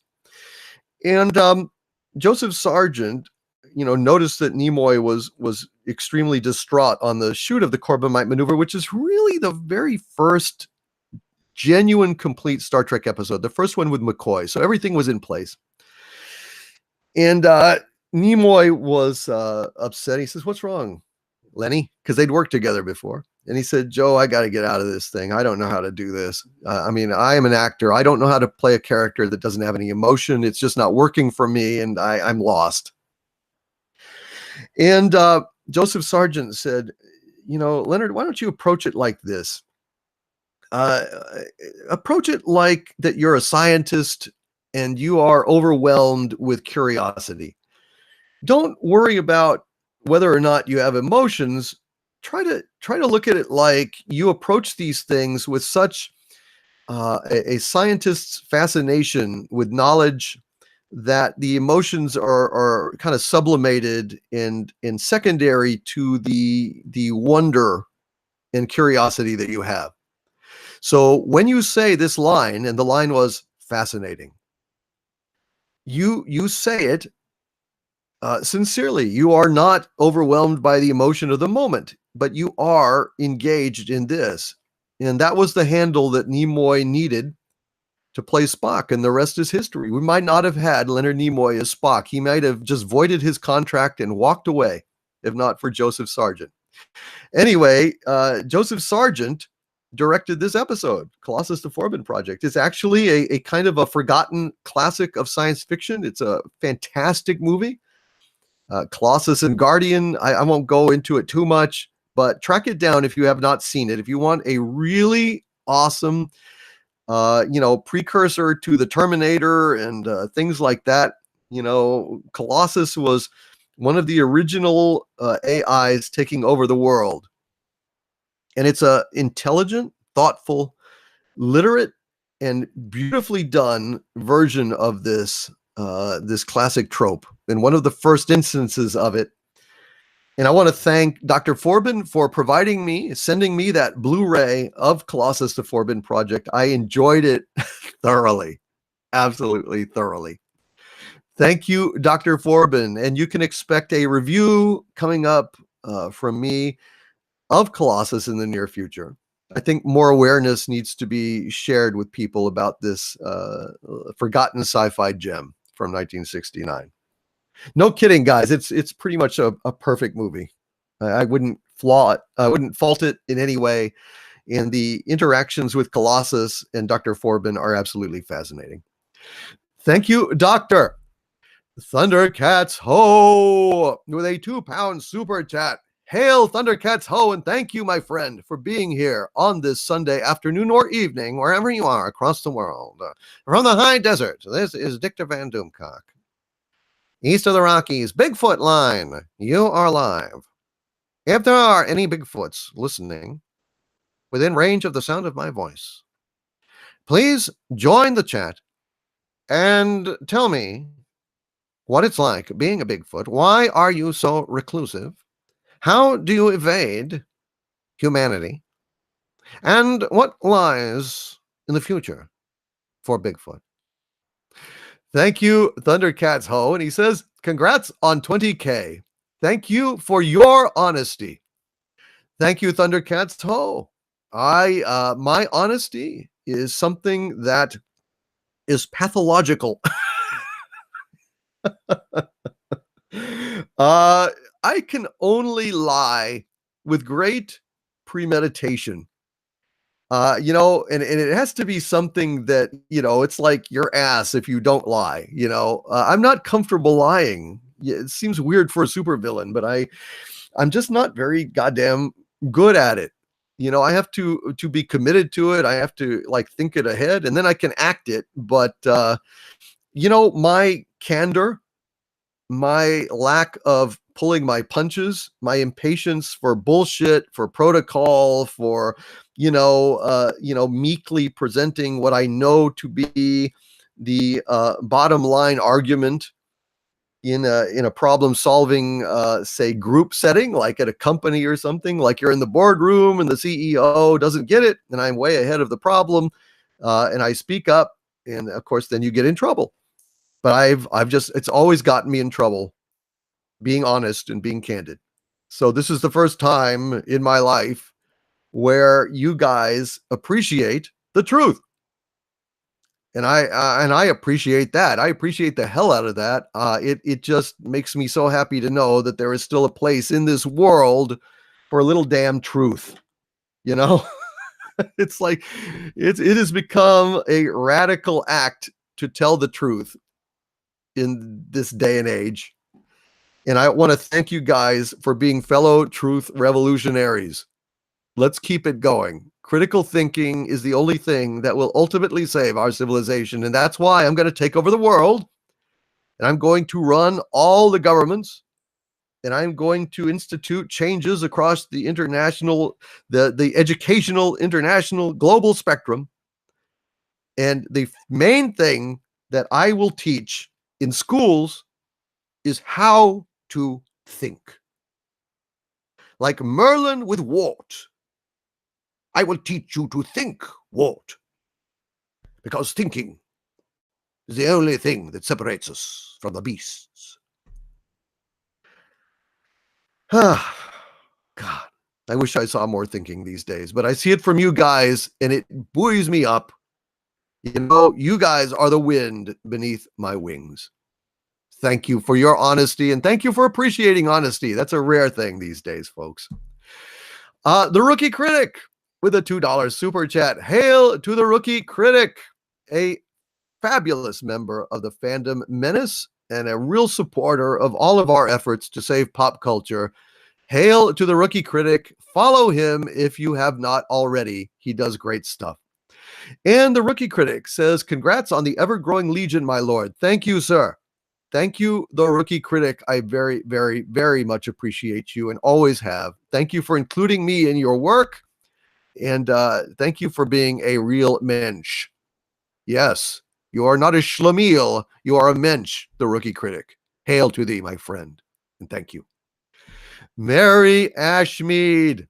Hail, Mary Ashmead, my legionnaire, my minister of mad science, with a $2 super chat from my wrench wench, our den mother, our supreme wrench wench extraordinaire. I think the best wrench wench on YouTube, frankly, in my opinion. And Mary Ashmead says, congratulations, Doomcock, for 20,000. So proud. Mary, thank you so very, very much for everything you've done. I've already thank you to great lengths, but again, well, you know that how much I appreciate you and how much everyone here appreciates you. And yeah, I won't belabor that point, but Mary, thank you so much. Means awful, awful much to me. Hail Mary, LOL. Hey, that almost sounded like mass, says Rob, the crazy Ronin. Well, it is Sunday, isn't it? Yes, when I find myself in times of trouble, Mary Ashmead comes to me, wielding her wrench o' power. Let it be. Hail Mary, proud Mary, keep on wrenching, wrenching, wrenching, wrenching in Doomcock's chat. Thank you, Mary Ashmead. Mary for the Iron Throne. She may yet do it. Edward Brewer. She may yet do it. Ponesa cerca en español. Ponesa cerca en español, says Hilary's Barrios. I'm not very good at Spanish. I'm not entirely sure what that means. Cerca en español. But I don't know what it means. I know that's in Spanish, something in Spanish, but I don't know what. Mary full of grace. Yes, Dave Bob. Indeed. Indeed. All right. Let us continue on here. There was a big pop. I don't know what that was. That was very weird. Maybe it was the ice in my drink. I hate it when ice like pops in your drink and then splashes you with booze. That sucks. What a waste of booze. It's terrible. Hate it when that happens. Mills says, greetings from Javelin. Hail, Mills. Good to see you, sir. Welcome, Mills. Reaper 28. Men, do you gonna stream season 8? Please tell me. I don't know what that means. I don't know. I mean, we're gonna watch it. We're gonna watch it for sure. Javier Vega says, I saw one YouTuber actually citing Star Trek 2009 as canon. Well, yeah, that's what happens when you spend your time sticking your head in a cannon. You know, sometimes the impacts of the balls leave you a little loopy. You don't know up from down and shit from Shinola, and that's the case with Star Trek 2009. Accent on the shit. Eric Hawk says, these days telling the truth costs friendships. And fine, so let it be. Yeah. Well, I have to keep saying. I got to keep laying it down. Perpetual Punster says Doomcock is lawful evil. Ryan Johnson is chaotic awful. Chuck Finley says, nah, Doomcock is lawful good. He's not lawful nice. Thank you, sir. Thank you very much. You're probably chaotic good. I don't know. I'm not sure. Let's see. MK Ultra says, check Art Bell's 13th caller when he asked for Satan to call in. It's on YouTube and it's great. Oh God, thank you for that tip, MK Ultra. I'd love to hear that. That sounds like a blast. Ronan Blade says, hail Doomcock, congrats on 20,000. Thank you very much, Ronan Blade. Nathan Norman says, villains don't lie, they manipulate the truth. Thank you, Nathan Norman. I appreciate that sentiment very, very much. Gray Fox says, truth shall prevail. Thank you, Gray Fox. I hope that truth shall prevail. Prevail. I think that's a typo. Anyway, thank you, typo or not. Javier Vega says, Vermithrax was great for its time. So I was right. Was it Vermithrax? Anyway, Vermithrax was great for its time, but Drogon and Smaug are the best looking dragons I've seen on camera. They are awfully good. I hated The Hobbit. I got through the first 2 movies, not in theaters, but on cable. I was bored stiff. I hated them. They're terrible movies. But Smaug was pretty cool. I will say that. Dave Bomb says, I hide because folks make fun of my big feats. Yes, I can understand that, Bigfoot. I understand. Nathan Norman. I'm watching Balance of Terror. First, study the enemy, seek weakness. If I were that commander, that is what I would do. Great episode. And I have a DVD commentary on that very episode on patreon.com/Doomcock, Nathan Norman. So it is lying there, just waiting for you guys if you want to listen to it. Patreon.com/Doomcock. I've got a Balance of Terror commentary with me watching it along with you if you sync it up at the start. Steve Anderson says, Art Bell, listen to his show so much back in the 90s. Me too. All the time. Blood Topaz says, maybe you should do reviews of older forgotten movies. Yeah, I think I will. I mean, I'd love to do that. We'll see. I'll do it on Colossus the Forbin Project and see if anyone is interested in it. And if so, I will continue doing it. But Dr. Forbin says, we are humbled. Well, Dr. Forbin and Colossus, thank you so much. You gave me a most enjoyable, wonderful trip down memory lane with that movie. And in such pristine condition on that Blu-ray, it was just a joy to behold, sir. A joy to behold. And Surf Trektonics says, Doctor Strangelove is a great dark sci-fi comedy classic. It is one of my absolute favorites. Feed me, Mandrake. Feed me. Oh, man, I love that movie. I love that movie. Hey, William Bailey. Hail, William Bailey. Welcome, my Legionnaire. Good to see you. By the way, William, I don't know if you got my message, but you should look to the mail very soon because you have something coming, and I hope you like it. A small token, just a small token. But I wanted to say thank you for everything. You're a great guy. Dave Bob says loved Mark Lennard in Balance of Terror. Man, he was great, wasn't he? Now he's the only other actor that really approaches Leonard Nimoy in terms of the quality of his Vulcan, ability to really project a Vulcan. I mean, he was incredible on that. Mark C says Joseph Sargent directed Colossus. Are you sure you're not thinking of Joseph York? No, Joseph Sargent directed Colossus, and Joe Sargent directed the Corbomite maneuver. So yeah. I don't even know who Joseph York is. No, I don't. It's Joseph Sargent.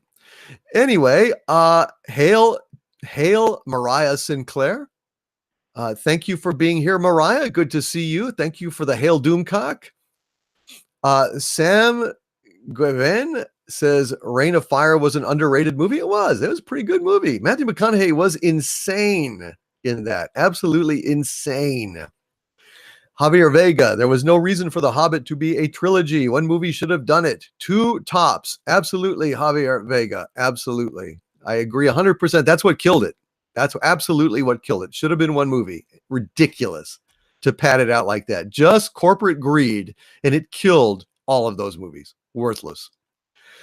Jeffrey Grimm, will you and Gary be talking any Exozone stuff tonight? Jeffrey, actually, I think the plan is to talk about Game of Thrones immediately after Game of Thrones airs. So I don't think we're going to do any Exozone tonight. I'm not sure. We may have to move it to another night for the duration of Game of Thrones, but we haven't really talked about that since Gary got back from vacation. But we'll sort that out as we go. We will absolutely sort that out. Let us see. Bewitched joke, says the Illegal Goat Company. Sergeant York? Dick York? Da-da. Oh, somebody missed a joke, says Mark C. I'm sorry, Mark C. Well, like I said, it's the crack of dawn for me. It's the crack of dawn. Na, na, na, na, na, na, na, na, na. So I'm a little slow, or might slow right now. Xena the Terse is here. Hail Xena the Terse, my fabulous Castellan and Legionnaire, and my friend Xena. Good to see you, my dear. And Xena says they did make a single Hobbit movie and it was really good and animated, but Smaug was fat in it for some reason. Yes, Rankin Bass, I believe, did the Hobbit animated feature, which was pretty good. It was not bad at all. Nathan Norman. Hail, Game of Thrones is on at 2 a.m. in the UK, so I'm watching it tomorrow. Absolutely. Might as well. Xena the Terse says hi, and I am back from my snowbound exile. I am delighted. We must communicate soon, Xena. I have been very busy, but we shall. Now that you are thawed out and returned from the land of snow. Hobbit and elf love story rubbish, says William Bailey. Yep. Oh, geez, it was terrible. That was bad. That was bad. Xena the Terse, not so terse. Well, I'm glad she's speaking up. She can rarely attend these things, so it's really nice to see her able to pop in and make an appearance. Let us return here to our super chats. But first, a toast. A toast to absent friends and present friends. And to all of you, cheers.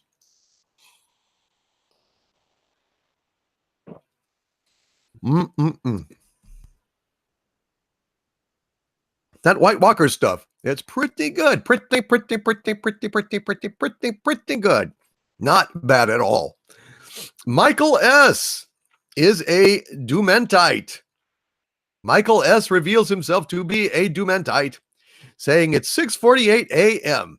and my girlfriend got upset because I wanted to come see Doomcock live for a great start to my birthday. He he he he he.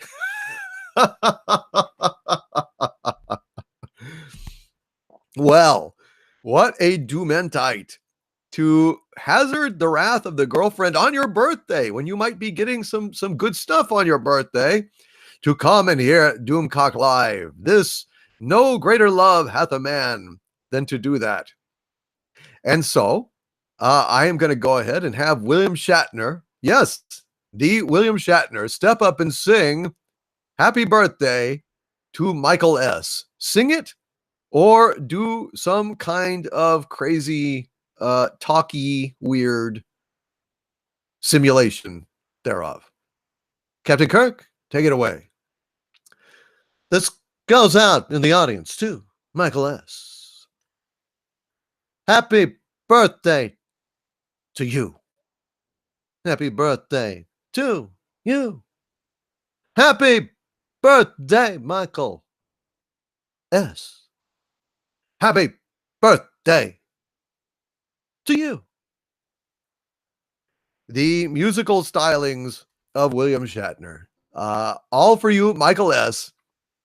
Tell your girlfriend that Shatner sang to you on this live stream, and God damn it, that's worth getting out of bed for any morning of the year. So I hope that that you enjoyed that, sir. I hope it was worth the ire and the wrath. And welcome, dude. I hope that you have a wonderful, wonderful birthday. Yes. Happy birthday, Mr. President. Uh-oh. Oh, it's bad when Doomcock's inner Marilyn Monroe comes out. That's not good. That's not good at all. Oh, I got to lay off the booze. See, when you start singing like Marilyn Monroe, it's time to lay off the sauce, to get up on the wagon, to seek some help, some professional help, because you're a sick man. When somebody sings like Marilyn Monroe, you're supposed to do something about it.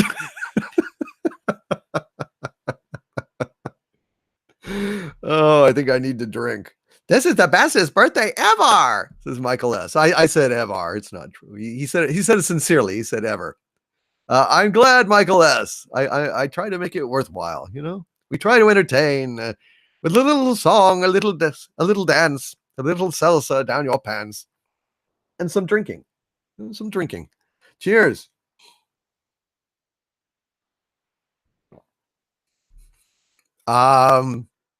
All righty. Well then, she will be fine, Doomcock. She loves me. Good man. Good. Oh, Dave Bob says my grandson's birthday was last Monday. Well, Dave Bob, does he know of Doomcock? Has he heard the good news? Have you heard the good news about Doomcock? If you have not heard the good news about Doomcock, then you should go ahead and play this for him. We'll go ahead and have for you, Dave Bob, for your grandson. Here is Hank Hill to sing "Happy Birthday" to you. Well, I'm not really good with that sissy kind of singing stuff, but you know, it's for a birthday. I guess there's nothing wrong with that. Happy birthday. What's his name, Dave Bob? Don't you know? What's his name? I need to know what his name is so I can go ahead and do the dadgum song. So what is it? Dave Bob? Need to know. Rhett. Well, okay then. Here we go. Happy birthday to you. Happy birthday to you. I tell you what. Happy birthday, dear Rhett. Happy birthday to Rhett, and hope you get lots of propane and propane accessories under your birthday tree. Back to you, Chet. Thank you, Hank. All right, so Rhett, happy birthday, Rhett. God bless you, and may you have a wonderful, wonderful, wonderful birthday. Also to Deef. Deef, my confirmation birthday is in 3 days. Deef, happy, happy birthday. Dahawk666 asks, when is your birthday, Doomcock? My birthday, Dahawk666, is May 15th. So it is coming up. May 15th is my birthday. And I bought myself a little present just a couple of days ago. It arrived in Eagle Moss Battlestar Galactica. The Ron Moore version. It is gorgeous. It is about like 10 inches long. It's big. It's detailed. And so I treated myself to that for my upcoming birthday. It said it would be delivered around May 6th, but actually they got it early, so it was an early birthday present, but nevertheless a birthday present regardless. Let's see. Does Hank ever get tired of whining? Oh, shut up. I don't whine. I complain. Sometimes I gripe. But there you go. All right. Well, anyway. Yeah, I don't know what the hell. Winning. It probably meant winning, not whining. I don't know. I have a narrow urethra. You guys are bastards. All right, Hank. Don't get mad. Don't get mad. So say we all, Jeffrey Grimm. Yes, so say we all. All righty. Sorry, Hank. I'm a charcoal man. How dare you go ahead and mention that bastard fuel? There are women in this audience, I tell you what. Women and children. Dang it. That's terrible, I tell you what. All righty. Let us continue on. Let us sally forth. Let us silly forth. We're sillying forth here on Sunday. But I'm having a grand time. This is absolutely a wonderful celebration, you guys. Thank you so much. I'm having a blast. Just having a little fun. I wish I could sing another song for you, but I haven't had enough time. I just discovered this this list of public domain songs. And, so I haven't had a chance to go through and identify the songs that I am familiar with and the ones that I am not familiar with. Oh, look at this. 1920, Jerome Kern's Look for the Silver Lining. Apparently that is in the public domain too. Well, hell, why not? Why not? I'll go ahead and do this for you. Look for the silver lining whene'er a cloud appears in the blue. Remember somewhere the sun is shining, and so the right thing to do is make it shine for you. A heart full of joy and gladness will always vanish sadness and strife. So always look for the silver lining and try to find the sunny side of life. That one goes out for you guys. You are the silver lining on my clouds. Every day, you guys are the thing that reminds me that life is good. And I want to thank you all for that very, very much. All right, shit. Damn it. Uh-oh. Getting a little choked up. Time for a drink. Think of Ruin Johnson. Think of Jar Jar Abrams. Think of fucking Kathleen Kennedy. They'll make you mad. Channel that sentiment into rage. You don't get all emotional. All Alice Coopery. I never cry. Yeah. No. Sometimes I get allergies, though. I get allergies. All right. Anyway, back to the damn super chat. Shit. Thank you, Mary Ashmead. The Rookie Critic with a $5 super chat. Hail to the Rookie Critic. And Rookie Critic tells me, the episode 9 trailer made me feel nothing. No anger, nothing happy, just meh, don't care. After 2 films, Rey, Finn, Poe, Kylo Ren, still not interesting to me. Good. Good, Ricky Critic. That means that you are, cool, that you are not an easily entertained buffoon, that you have taste, you have discernment, you are a man of letters, you can spell stuff. So, yeah, if you actually like that damn crap, then I think there's something wrong with you. If you feel nothing, however, God, that's a wonderful testament that you are a human being. You are not a pod person. You have a soul.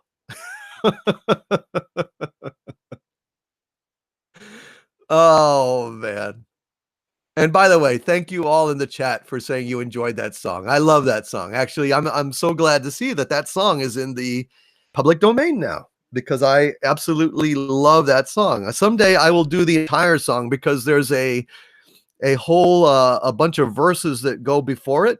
I mean, that's kind of the main body of the song, but it's one of those things that has introductory verses, and then another. It's really cool. It's a one of those wonderful kind of songs that speaks across the ages. And I think the most beautiful version I ever heard of it was that opera singer. I'm not sure how to pronounce her name. Kiri T. Kanawa, I think it is, who sings the most incredible version of O mio babino caro, which I've ever heard. I mean, that is the definitive version of that. You listen to that, it'll break your heart. I'd sing it for you, but I can't. It's a high, it's a soprano song. It's that one. Oh mio bambino caro. It's just absolutely breathtaking. It'll just freeze time. It will put you in a bubble and suspend you above all of your cares and all of your thoughts, and just give you just break your heart in 2.5 minutes. It's so beautiful. Anyway, but I digress. Let us move on. I just wanted to share that with you guys. Hell yes. Well, there you go. The entire song. How about an entire CD? Says Martin Acosta Santana. Someday. I really want to do that. I really do. I think eventually what I will do is actually go ahead and license the Sinatra songs and hire an ensemble and do some arrangements and actually make an album. I think that would be one of the coolest damn things I could possibly do. Your overlord, I'll tell you about your overlord. Your overlord loves to sing more than he loves to do anything else. And that's just the truth. If I was stuck in a Holiday Inn lounge like Murph and the Murph Tones at the beginning of the Blues Brothers, doing Quando, Quando, Quando, it would derail my anger. It would derail my urge to take over the world. I would be happy singing to 10 or 20 people in that lounge, drinking scotch in a horrible tuxedo, and just singing to the wee small hours of the morning, because that's how much I love that music. So yeah, it's weird. The Doomcock album, it will come. It will come. It's going to happen. Is singing How You Caught Harvey? Ask Sam Gaven, who is welcome here and cared about. You are home, sir. You are home. That would have been funny, to kind of lure Harvey with a song and a net. So I'm standing there by the open portal.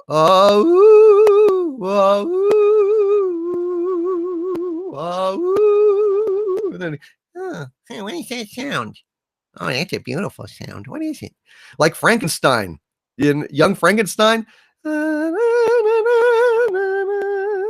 He's like trying to grab the music out of the air. That'd be like Harvey.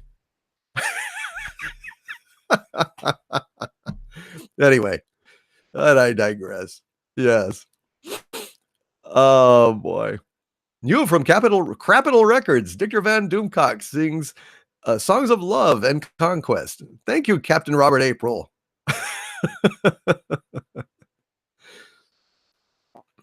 King of Scotland, Doomcock, who's your unlikely dark horse pick to die in the first episode? Mine is Bran. I don't think there's a chance in hell that Bran's going to die in the opening. Not a chance in hell. No way.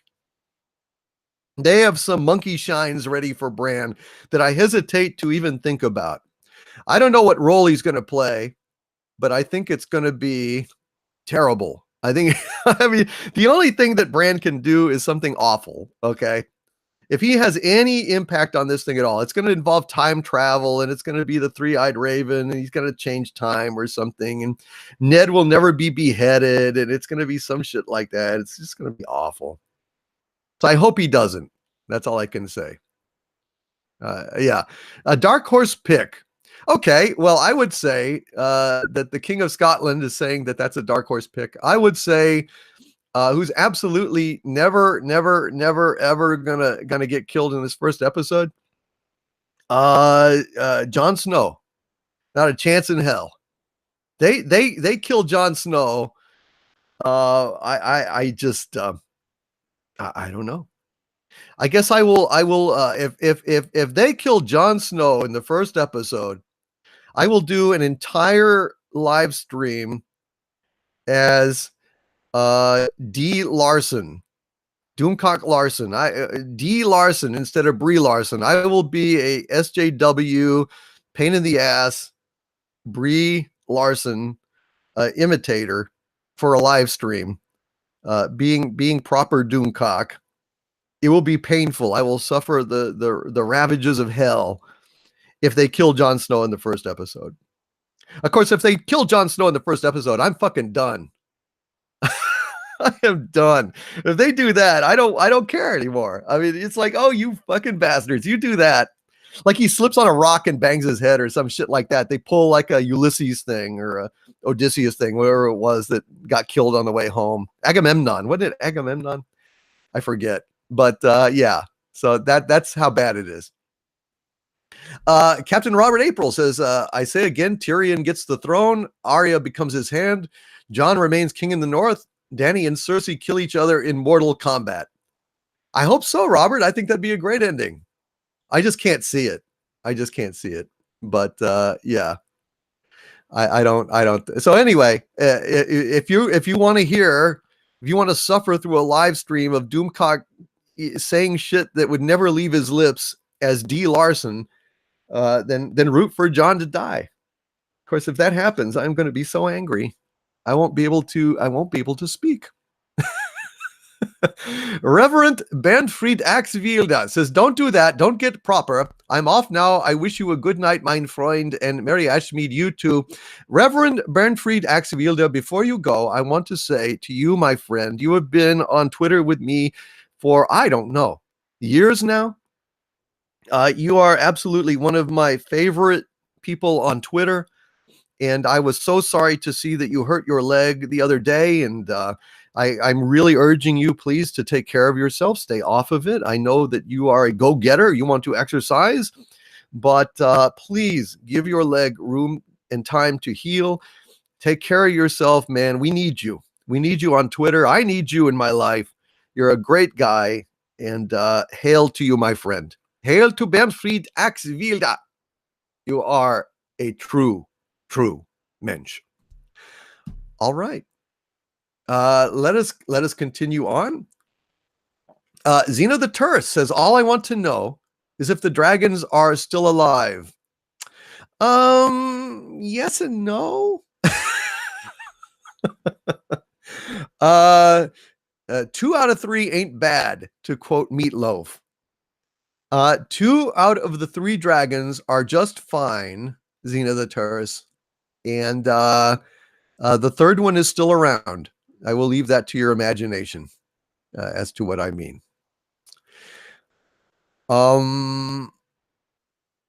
Damien times 24/7. Hail Lord Doomcock. If you enjoy sword and sorcery stories, I recommend the manga called Heavy Metal Dark Fantasy Bastard. Sounds good. Sounds very good. Martin Acosta Santana says Schrodinger's Dragons. Outstanding. Outstanding, Martin. I love that. Schrodinger's Dragons. Amazing. All right, let us continue on with our super chats. Thank you guys for being so patient. And I hope you guys are having fun.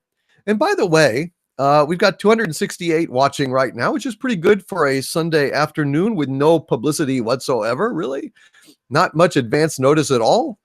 And I just want to say, if you are watching this live stream and you are enjoying it, please lick that like button. Go ahead and punch that thumbs up. Let YouTube know that you enjoy this kind of stuff. If you are, in fact, enjoying it, I went ahead and washed that thumbs up button before I came on and put Purell on it and rinse it off real good. So it is sterile and free and clear to lick and punch. So thank you guys for being here. And I hope that everybody is having a lot of fun. Midnight's Edge After Dark. I like you, Overlord DVD, but I'm not licking my mouse. I don't know where it's been. Well, if you don't know where it's been and I don't know where it's been, then there's some kind of problem going on here. Thank you, Tom, Connor, and Rob Gallo, Captain Rob and Tom from Midnight's Edge After Dark. Midnight's Edge does outstanding reporting. Probably the best reporting pound for pound on the internet of factual, researched information. Star Trek, Star Wars, Ghostbusters, all the stuff going on with Marvel. Check them out. They really do great reportage, meticulously researched with integrity.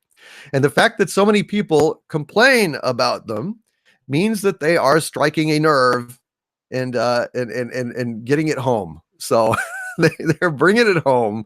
So you guys should check them out. And I want to thank them so much for all that they've helped me in my YouTube career.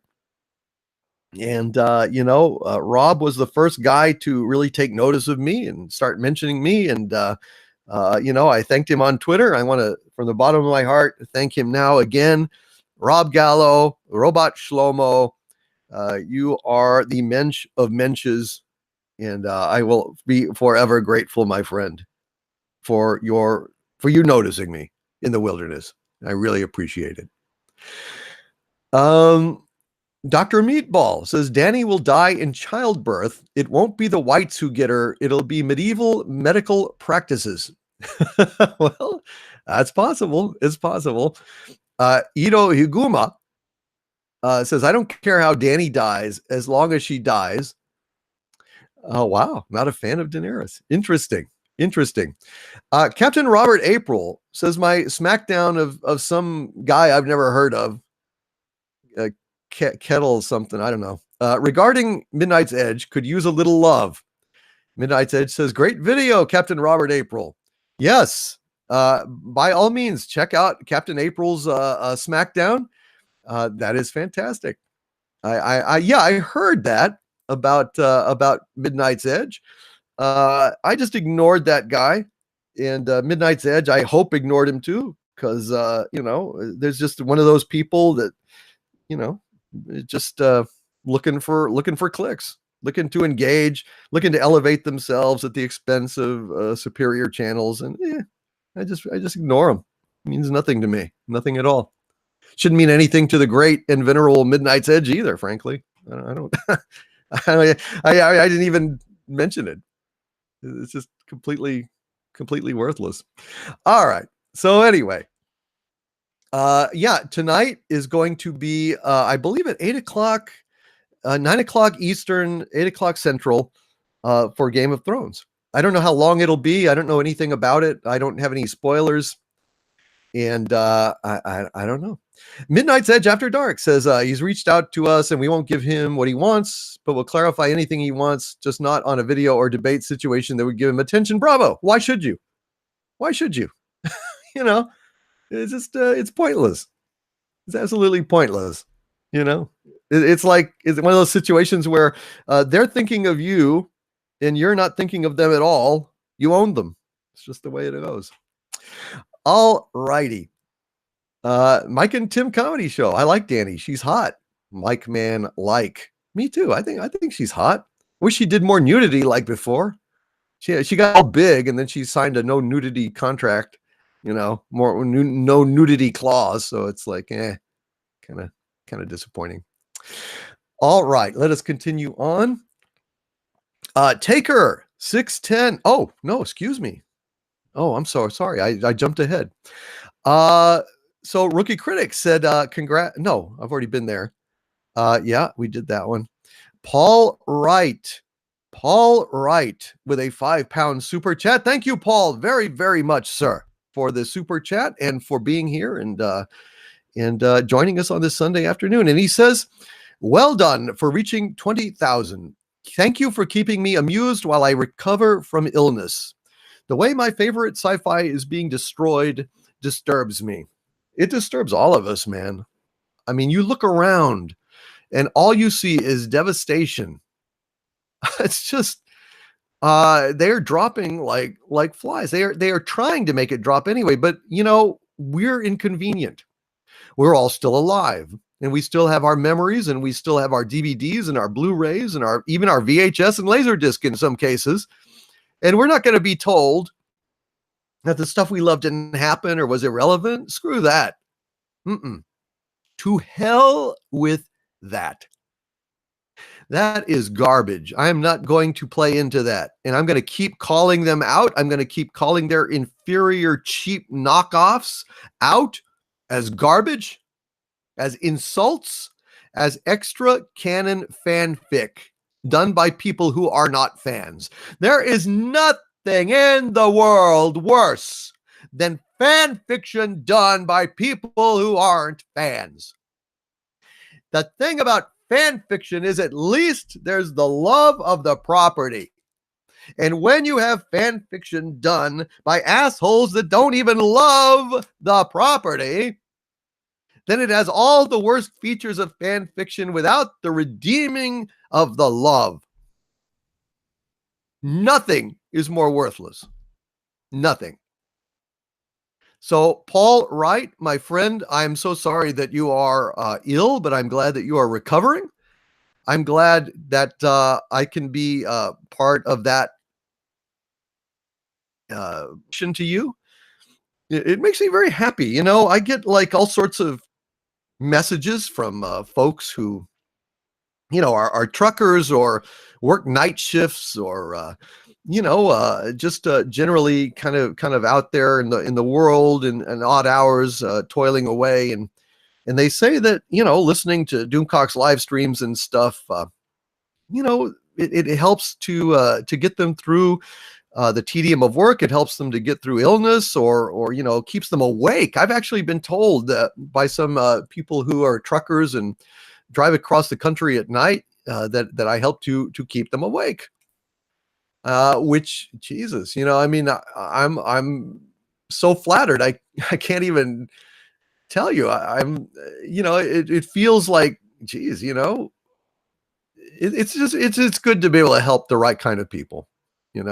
I'm not like Mr. Charity or anything. I'm not that self-sacrificing and noble, but just hearing that I'm actually making a difference to some people, it does definitely make a difference in my life. It makes me feel very happy. So, Paul, thank you for letting me know that. It really means a lot to me. And I just want to go ahead and say to everybody regarding those live streams, people who really count on them and like them, help them to get through some tedious things or difficulties. I do post them now on my second channel. And so that's where this one will live when it is finished. And I'm pasting the link to that channel in the chat here. So if you guys enjoy the live streams, please do click on that and subscribe. That's where they live. Regrettably, I wish I could just leave them on my channel. I was for the longest time, and that's why my channel bogged down and people stopped, subscribing and people stopped watching, not because they weren't interested, but because the algorithm said, hey, this is not worthwhile. And it just didn't like it. And so it wasn't like actually showing me to anybody. And that's what happened. So necessity being the mother of invention, thanks to Mark C for the suggestion. Now I transfer them after we do it. So I just want to go ahead and let you know after this is done, that's where it will live. And also, after a few days, I will go ahead and I will pope my super chat square up video onto my main channel for a day or two, and then pop it over to the other channel as well, since they tend to be lengthy too. All right. Harvey's channel got annexed, says Kato Roan. Oh, well, he likes to say it's his. I put his name on there just because I needed like first and last name on the account. And it's like, well, I already had Dictor Doomcock and stuff. So I put Harvey Cthulhu, and now God knows he thinks he owns the damn thing. But as soon as it gets like to the point where I can actually pick a name for it, where it's monetized or whatever, then it'll be named like the Doomcock and Harvey show, or the Doomcock Zone, or Doomcock Coast to Coast, or something like that. It'll be cool. I'll put Harvey's name in there too, though. It'll be our shared channel. Make him feel better. Yeah. Oh, and Michael S says, "Oh, Doomcock, you make a lot of difference to all of us. Thank you, my friend. I'm glad to know that. It makes me very happy. It really does. I mean, that's something I never anticipated. It's so cool to think Art Bell got me through long sleepless nights. I'm a insomniac to some extent. And thinking that, out there in the darkness of the night, burning bright, there's a guiding star that is Doomcock's voice, walking people home, talking people through the night and back to their home ports, like a audio beacon in the darkness. Makes me kind of happy. Gives me a weird kind of, I don't know, sense of satisfaction, like to be like Art Bell, a little bit. Captain Robert April says, "Keeping long haul truckers awake. You have become Art Bell." Thank you, Captain. I love it. Oh, Matthew Jalaka says, "Hail from New Zealand, Doomcock. Down here, we welcome your robot army." Thank you, Matthew. Appreciate that very, very, very much. That is very nice. I'm delighted to be available all over the world, although I don't think in China, and I don't think in Russia. I've never heard anyone from Russia or that Russian area talking about Doomcock. But I'd love to be there too. I'm glad to be in Germany and all across Serbia. I have one particular person. You know who you are. My favorite Serbian, but I won't say it just in case they don't know you are Serbian. Surf Tectonics says, "Will the Red Angel kneel to the Night King?" I hope so. And I hope the Night King kills the Red Angel, rips the armor apart, and makes Mikey Spock its court jester of the dead. That would make me very happy. God, I hate Mikey Spock. I despise Mikey Spock. All righty. D Artist Jewelry says here. Yeah, exactly. Exactly, D. I hear you got what I was saying. JVC Paints, Japan, 6:15 a.m. Hail to Japan. Oh, Japan. East of the Rockies. Well, I assume going a long way around. Japan, you are live on Doomcock, Coast to Coast. Man. Welcome, Japan. Good morning, Japan. Hail JVC Paints. All right, you guys, let us continue on. Thank you, Paul Wright. Jack Random with a $5 super chat. Hail Jack Random, and thank you, my friend. Jack Random says, "Hail Doomcock. Did you see Red Letter Media's Star Wars No One Has Ever Really Gone video? Hilarious." No, I haven't. I have not, Jack Random. Thank you for calling my attention to that. I haven't watched Red Letter Media in quite a while. I used to love Plinkett's reviews, and then they kind of moved away from Plinkett. And I kind of, I thought that was a disappointing thing. Like they got really big, and so I guess they were trying to go a little more mainstream, a little more respectable, and it kind of lost to me, what I really loved best about Red Letter Media, which was Mr. Plinkett. It was so insane and reprehensible and delightful. With that dark streak of humor. I just really, really, really loved it. So, yeah, I have not.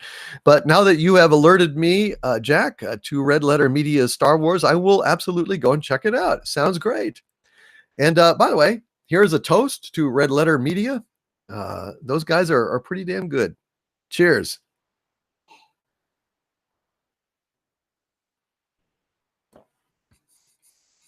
Man, that is good scotch. You wouldn't expect it, like an inexpensive blend, but for what it is, it really does kind of, to me, evoke Game of Thrones, the winter. It's made up of cold region grains. It's really cool. It's neat. Anyway, Jack Random, thank you very, very much for that. The Psycho Dwarf, my legionnaire and friend Psycho Dwarf with two $2 super chats. Thank you, Psycho Dwarf. And Psycho Dwarf says, bloody super chat won't let me type your name. That's weird. Wow. I see Doomcock in other chats. Maybe you are in some kind of repressive regime. Maybe the UK is now already starting to, attack free speech, which breaks my heart. My God. You're telling me that the home of Monty Python and the Young Ones and The Prisoner are attacking free speech, becoming a repressive regime and letting like the venerable Doctor Who go all woke. It's enough to break the heart of an Anglophile, and I am an Anglophile. I don't know how many of my UK audience members are here in this chat, but for quite a while now, I've been trying to find the time to do prisoner, reviews and analysis videos. This will be a project of love, but it takes a lot of time. And I just don't think there's going to be much America. So, really, this one will be for you guys from the heart, because The Prisoner is, in my opinion, the greatest television show ever made, bar none. Period. It is a superlative work of supreme genius, and I am in awe of it. And I have a hell of a lot to say about it. So I hope that if I do this, that you guys will watch and spread it throughout the UK, because even in the UK, I think there's a lot of people who are not familiar with The Prisoner, and I think this is a crime. I think it is absolutely just such a relevant show. It continues to be as meaningful as it was in the late 60s when it was made.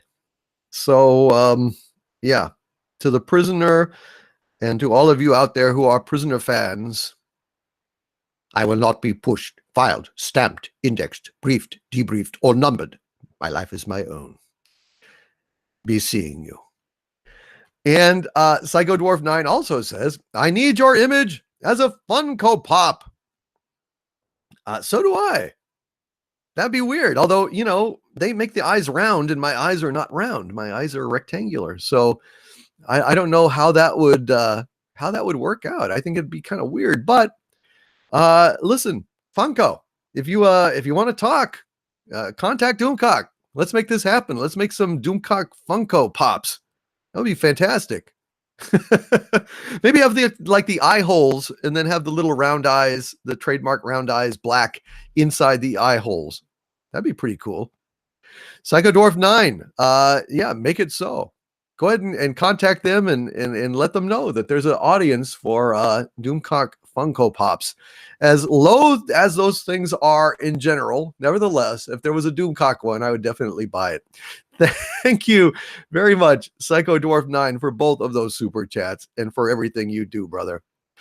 Damo Rises. Hail Damo Rises with a £2 super chat from the UK. A loyal North Irish fan. You deserve loads more, bro. Hail to Damo Rises. Thank you very, very much letting me know that my people in Ireland are watching, that I have someone in Ireland paying attention. God knows I long to visit Ireland. I long to visit the whole UK, Scotland, Ireland, Britain, of course, obviously. Jesus, Wales. I I love that whole region. My heart belongs there. I'm part Scottish and part English in my background. So I don't know. It just stirs my blood. It's something that I've always wanted to do, and it does my heart good to know that I have fans in the UK and Ireland is so damn gorgeous. Scotland, it's just how did Monty Python put it by way of Blake? And did those feet in ancient times walk upon England's mountain green? And did Doomcock in future times walk upon England's mountain green? I hope so. I hope so. Thank you, Damo Rises, for making me feel sentimental and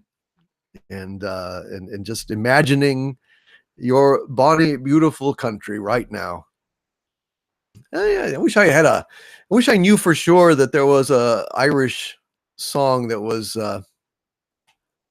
in the public domain that I could sing for you. I've got the list pulled up, but I wonder if Wild Irish Rose is in the public domain at this point. I think isn't that like something from the 1800s? I'm looking it up.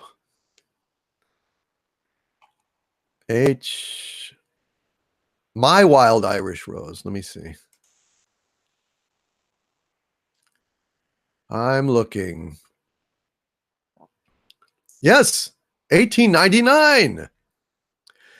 My wild Irish rose, the sweetest flower that grows.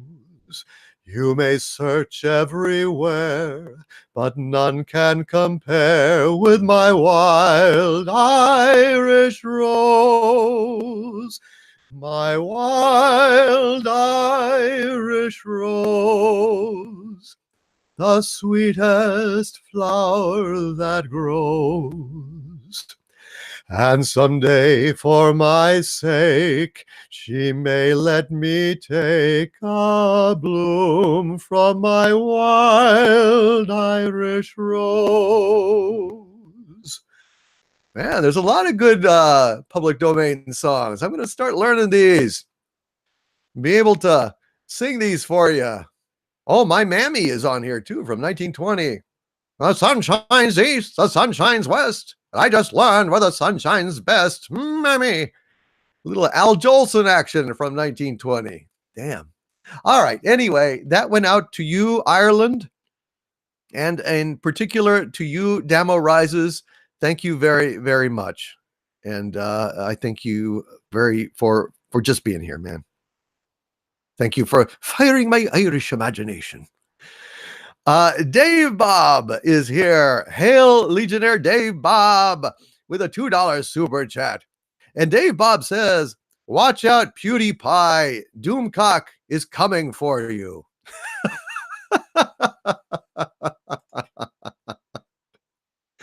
Well, yes. I don't think PewDiePie is very terribly worried about me. I don't think he even knows who I am. I don't think he cares. He's got how many million? He's got what? 60? How many has he got? 69 million or some crap like that? Yeah.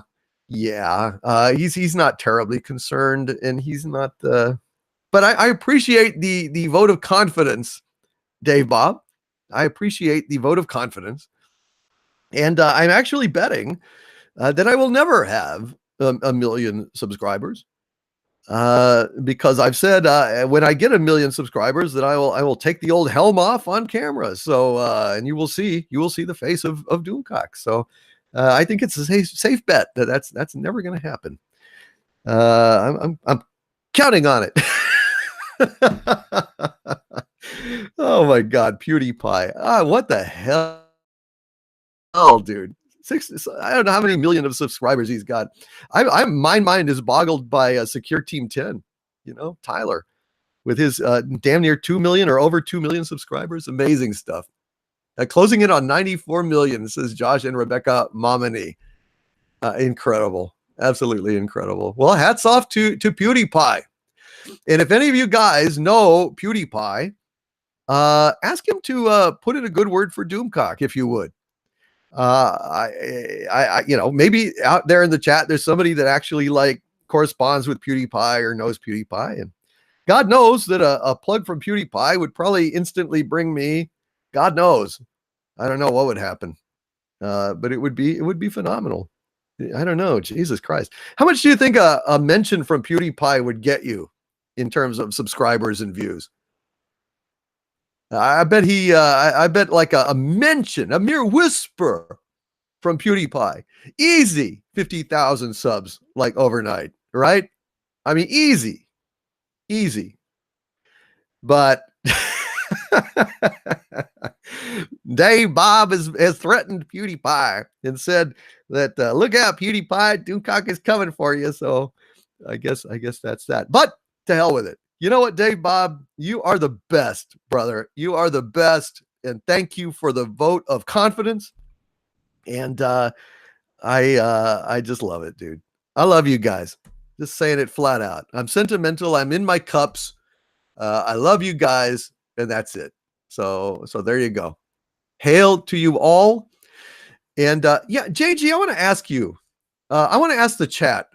I saw that thing about D Live, and I saw that PewDiePie was talking about you know, you should go stream on you know, D Live. But I don't think the thing about streaming with any kind of streaming where it deals with cryptocurrency, I'm not comfortable with, because I mean, then you got to deal with the IRS, and you got to, like, I don't know, like they treat it as property. Then you have to know exactly at what time of the day that you got the cryptocurrency, and where the stars were aligned. And you have to calculate the value when you got it, and all this crap. I don't understand it. It just seems like a goddamn nightmare.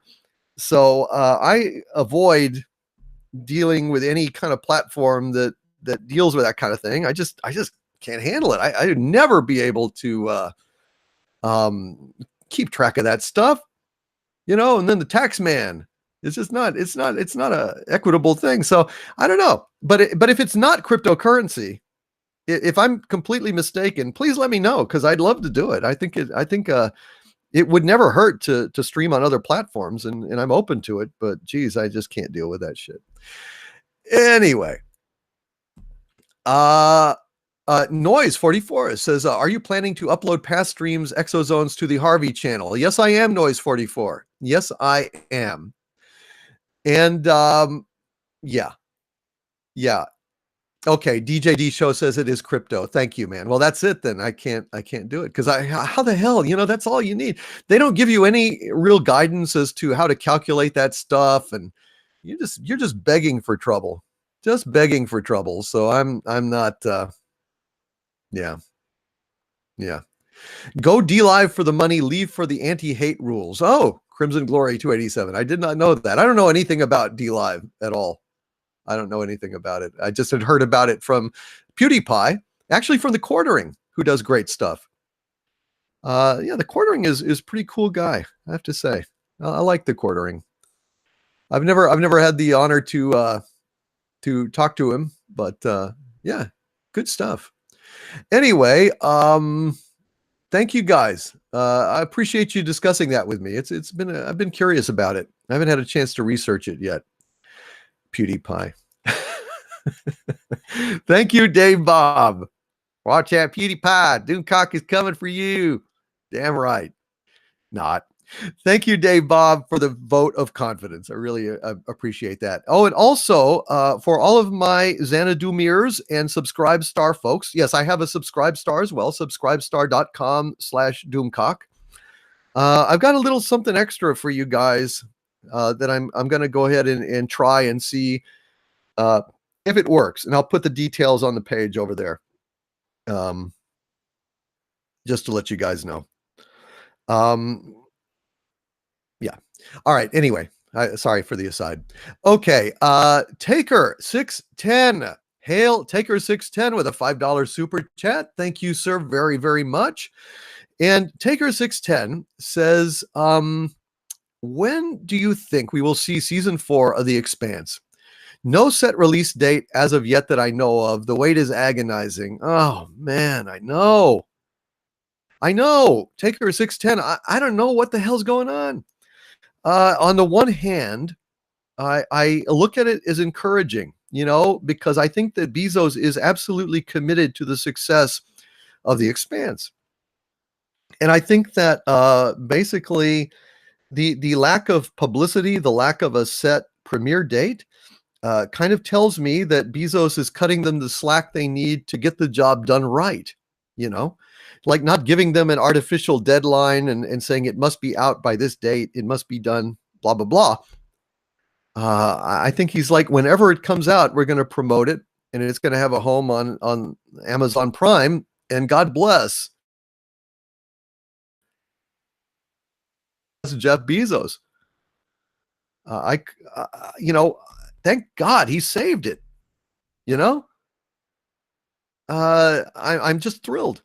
But yes, the wait is agonizing, and I'm praying to God, please, God of pop culture, God of the universe, however you conceive of yourself, oh consciousness, please, please let The Expanse season 4 be great. Please don't let them blow it. Please make it even better than before, out of the umbrella of being a basic cable kind of level of ratings. They could do nudity on Amazon. They could do more profanity, more violence. Not that I'm calling for any of those things, but I'm just saying that there's more room to be as artistically creative and free as you want to be on Amazon. And I hope that this actually spurs them on to greater creativity and doesn't just stymie them. I have no crystal ball, but I have faith in the production team of The Expanse. It is the best show on television, in my opinion. And I wish them every success. They are brilliant people, committed people. And you know what? I love the fact that The Expanse is just so damn perfect in terms of its integrity. It doesn't have any woke crap. It doesn't have any virtue signaling at all. What it presents is a vision of the future where sex and race and all that crap isn't even an issue. It's just not. There's no big deal about it. Nobody kicks up a fuss. And it is the most diverse show on television without any bullshit. And so I love to rub SJW noses in The Expanse. When they talk about Star Trek Discovery is diverse, Star Trek Discovery is a joke compared to the diversity, the in-depth diversity of The Expanse. But these Drekkies wouldn't know that because they don't actually watch The Expanse, because you have to actually concentrate a little bit on The Expanse. It has real characters. It has complicated stories. It has real science, not sonar in space and time crystals. It has real fucking science. I learned stuff watching The Expanse that I did not know. For example, there was a horrible accident in this latest season across a whole fleet. And I won't say what it is or anything, but I will say that a lot of people got injured. And the thing about like zero-G injuries is if you have internal bleeding in zero-G, you're basically dead. You're dead man walking, because the blood will not pool and it will not function correctly as it would in gravity. And so any internal injury is an extremely serious thing in zero-Gs. Didn't know that. Never thought of it. Makes perfect sense. There was one of the most harrowing sequences I ever have seen in a science fiction show was on The Expanse, where a neophyte on the Rosinante was helping Amos do some stuff in engineering. And they were getting ready. Okay, we got some serious shit, coming up. They've got a battle that's coming up, and they're going to be whipping around like maniacs. And the thing about it is, there's no artificial gravity on the Rosinante, so acceleration and sudden stops and stuff are very, very, very problematic, very stressful. You pull a lot of G's and you do all sorts of stuff. And the rookie basically did not properly latch the wall container for the tools. And so as they're strapped in, and that door pops open and all those goddamn tools fly out into the cabin. And those things with every maneuver are zipping through it like missiles. And it is like, it is harrowing. See, yay, real science. That's the thing about The Expanse, is they actually use real science to make suspense, not stupid bullshit with time crystals and Mikey Spock and sonar in space and Klingor cloaks and all this crap that they pretend is science, where they can't even get a DNA match right. It's all the difference in the world, and it's thrilling. So long and short of it is, Taker 610, I don't know when we'll see season 4 of The Expanse, but I do know whenever it is, I will be there. And I will be reviewing every single episode, and I will be live streaming after every single episode to discuss it, to rate it, to review it, and give fans of The Expanse a chance to share their love of the show and hopefully to raise awareness of The Expanse with my live streams. Basically, I'm on a mission from God when it comes to live streaming on Expanse Season 4. I am on a mission from God to make sure that everyone I can reach knows about The Expanse and loves it. Taker 610, thank you, sir. Damo Rises with a £2 super chat. Again, thank you, Damo Rises. And he says, please liberate Northern Ireland when you take over. LOL. Done. Done, Damo Rises. Listen, all these borders will have no more meaning under Doomcock's global reign. But I tell you what, I will tear down walls, and I will go ahead and make sure that all people are free to go where the hell they want. And, I'm just not going to allow oppression. If there's any oppressing going to be done, I'm going to be the one to do it. See? I am a jealous oppressor. I do not tolerate rival oppressors. So you can rely on it, Damo Rises, that Northern Ireland will fare very, very well when I take over. Nobody's going to boss Northern Ireland around except me. And Northern Ireland will find that I'm very kindly disposed towards Ireland, Northern and Southern. Thank you, Damo Rises. Chuck Finlay with a $1.99 super chat. Thank you, Chuck. And Chuck Finlay says, Scooby snack for Harvey Cthulhu. Hail Doomcock. Hail Chuck Finlay. Harvey, you've got a Scooby snack. Well, thank you. Thank you very much, Chuck Finlay. I remember you cited Scooby-Doo in your last review, Doomcock. Yes, I did. Yes, I did, Harvey. I did, in fact. So, yes, everybody loves Scooby-Doo. I think that's a universally loved show. And for you, Chuck Finlay, in thanks for the generous Scooby snack. Thank you very much, Chuck. Am I going to get it? Yeah, I'll probably like distract you and lower the field and throw it at you. Thank you. You're welcome.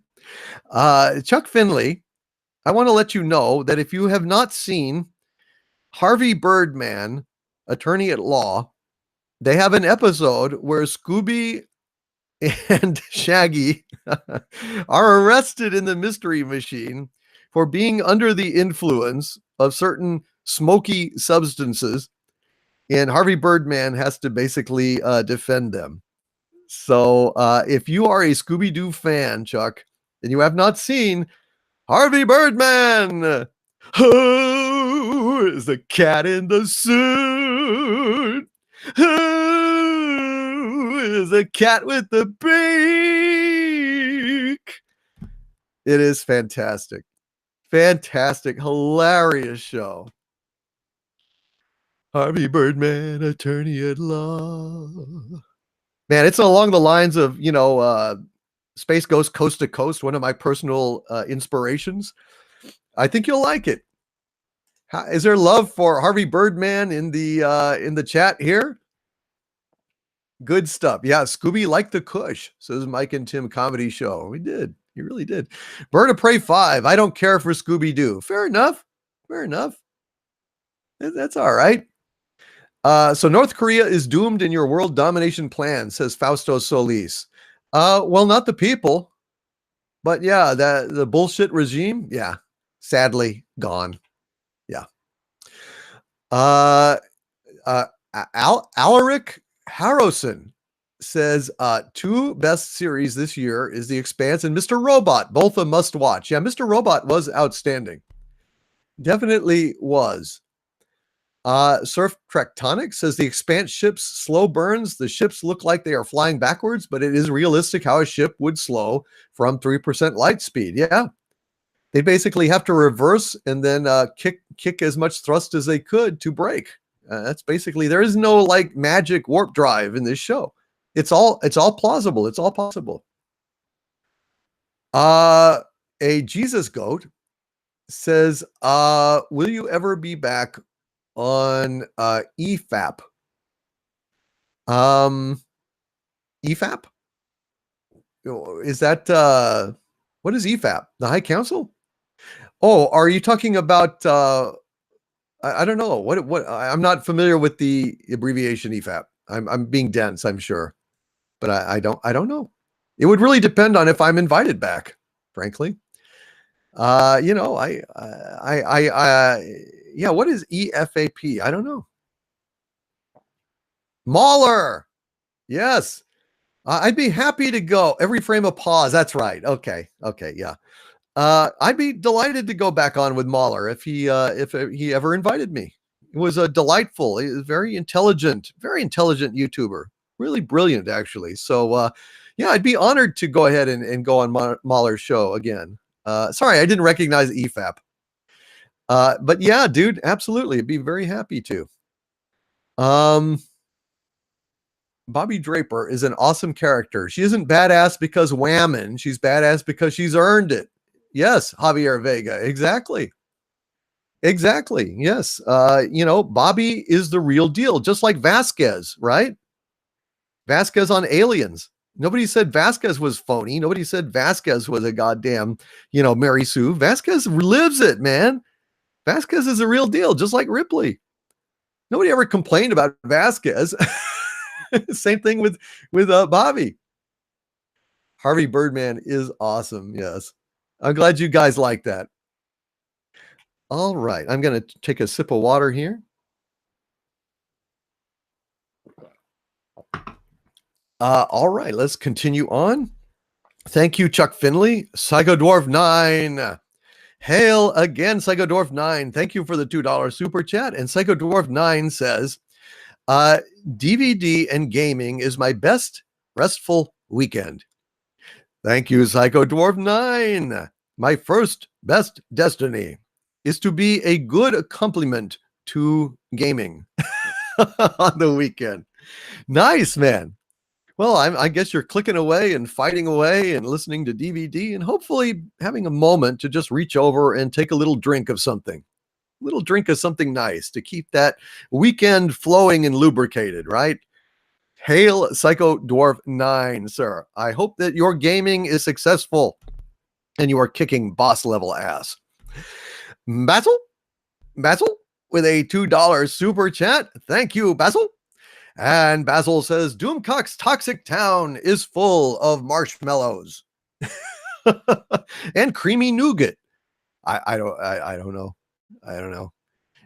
Toxic Town is just a happy place. You know, it's just a wonderful place for people who are like-minded and love freedom and, you know, freedom from labels and the ability to engage in critical thinking and to preserve pop culture and to show respect and caring to each other.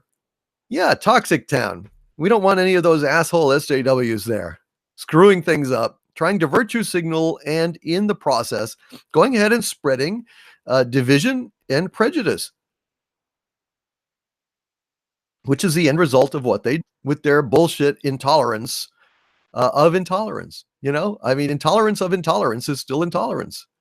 There's such a thing as free speech, and people should be free to indulge in it, and freedom of thought, because that's what happens is when your speech becomes stifled enough and limited enough, then you also lose the ability to speak and think freely. I mean, then you start censoring your thoughts as they're, because you're afraid they will reach your mouth. And so you have a thought, and then you go, whoa, that's not acceptable. Screw that. I want to be free in my mind. In my mind. You're smart. Thank you, Basil, for my toxic town being full of marshmallows. There's worse things it could be full of. I hear Wokeville is full of shit. So, being full of marshmallows, not bad. But yes, toxic town is a wonderful thing, right? I want to write a version of that song, in the Big Rock Candy Mountain.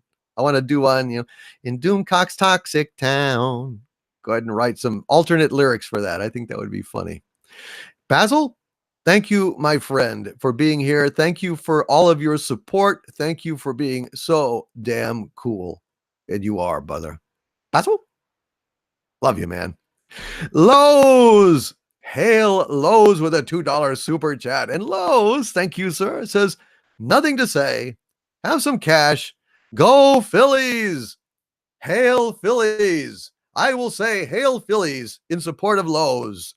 And I hope that they prevail, my friend. Thank you, Lowe's, for being here. Thank you for always being here. Thank you for your observations. Thank you for being you. Don't go changing. Hey, to try and please me. Lowe's, you rock. Xena the Terse. Hail Xena the Terse, my Castellan, my inspiration, my legionnaire extraordinaire, with a $2 super chat. Late of the frozen north, now thawed and as vivid as life. Thank you, Xena the Terse. And she says, hail and congrats on the 50,000, my lord. I am just going to say thank you. Given the opportunity to impress one as lovely as Xena the Terse, who resembles Lucy Lawless here, it is prudent and just not to correct any bit of information that might make you seem more impressive. And since that is the case, Xena the Terse, I will say thank you for the 50,000. Congratulations. I've worked hard to get to 50,000 subscribers, and I am confident that soon it will be 100,000. I have no doubt that it will be 100,000 by next Thursday. So, Xena, I hope that you are impressed, and the rest of the chat, Ixnay on the erection K of the Umbernay. Avi say? God, you're clever. Yes, I am. You're so goddamn clever and insidious. I know. Shh. You don't have. Shh. But I'm not good with numbers. But shh. Shut up. Thank you, Xena the Terse. But it's not. Shut up. God damn. Thank you, Xena the Terse. And yes, 50,000. Boy, I'm something. Basil, hail Basil. Thank you for again being here, my friends. And I have to say to Basil, thank you once again for the super chat of $2. And Basil says, Doomcock's main theme is Megadeth, Duke Nukem. Oh man, I love Duke Nukem, Basil. I love Duke Nukem. One of my favorite games of all time was Duke Nukem 3D. I used to do the live playing with someone playing Duke Nukem. And it was so much fun. I was such a dick. I don't think I've ever been as much of a dick in a game as I was with Duke Nukem, because a favorite thing that I would love to do, of course, my friend would do the same to me, so I'm not entirely to blame, but uh, what I would do is I'd like to get the freeze gun and zap him, and then like dance around him, like coming forward, moving back, coming forward, moving back as he was frozen helplessly, dancing around, and then he'd thaw, and then I'd zap him again. Dance around some more.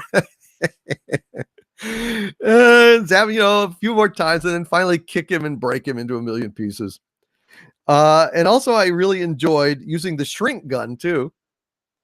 And so then, I'd be looming over him and, moving around, dancing around, and, and he'd grow again, and then I'd zap him again and dance around before finally, delivering the death blow and stepping on his ass. Ah, good times. Those old school games like Duke Nukem and the original Castle Wolfenstein, there's just something so much fun about them, the simplicity and purity of the gaming experience.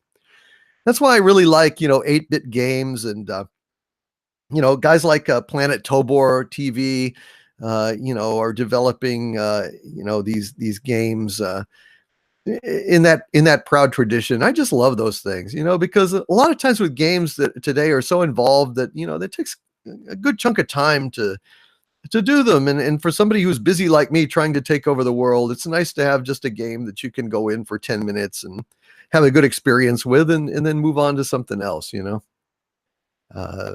Anyway, good memories of Duke Nukem, Basil. Thank you, my friend. Donald Bollinger with a $4.99 super chat. Thank you, Donald, Legionnaire and friend. And Donald Bollinger says, congratulations on 20K. Very proud to be one of your loyal Legionnaires. Hail Doomcock and Harvey. Stay angry. Thank you, Donald. I don't know of any other way to be. This was a great test. Hitting 20,000. I was worried that once I hit 20,000, I would cease to be angry, that I would feel so gratified and so satisfied and so vindicated that I would lose my edge, that I would just kind of float around and say, gosh, there's 20,000 people that think Doomcock isn't a complete pile of shit, which is really all I've ever strived for, really. And but no, I woke up this morning really angry about Star Wars. And thinking that if they blow it with Game of Thrones, I'm going to be really pissed. And one of the reasons why I really consider that the Night King may conquer the entire world, that all of our characters may die, is because of the very mixed kind of messages that Maisie Williams and Sophie were giving in their interviews, saying, well, I think that some people are really going to like the ending, which, and saying, yeah, not everyone is really going to like this, I think, and things like that, really hedging their bets and kind of acting like they personally were maybe a little bit horrified by the ending. I think they're all going to die, dude, which is perfectly fine with me. I'm at the point where I really don't want Cersei to win. She's really just awful. But the Night King killing everyone it'd be a fascinating thing. Personally, I'd like to see Jon Snow on the throne. Aegon Targaryen. I just think he's a cool guy, and he's been through a lot, but it could go bad. And just reflecting on things that go bad, things that have gone bad, Star Wars, what is being done to Star Wars, the rise of Skywalker, Rey maybe being somehow related to Darth Vader, Palpatine being back, Jesus God, and we've got fucking Poe and Finn and all the little tiny toons of Star Wars running around like they're cock of the walk, like they're king fuck of the mountain. Unbelievable. I'm not worried, Donald. I'm going to stay angry. And I will if you do too, brother. Hail Donald Bollinger, and thank you for being a Legionnaire, and thank you for supporting me here, and just thank you for being my friend, brother. You and your brother. Say hi to him, by the way. Send him my regards. DEEF with a $10 Canadian super chat. Hail DEEF, or Deef, as he's called on the streets. And Deef says, Hail Doomcock, looking forward to the robot invasion CG campaign. Hopefully you will incorporate a scene featuring your top advisors, the High Council, where EVS sentences someone to the trebuchet.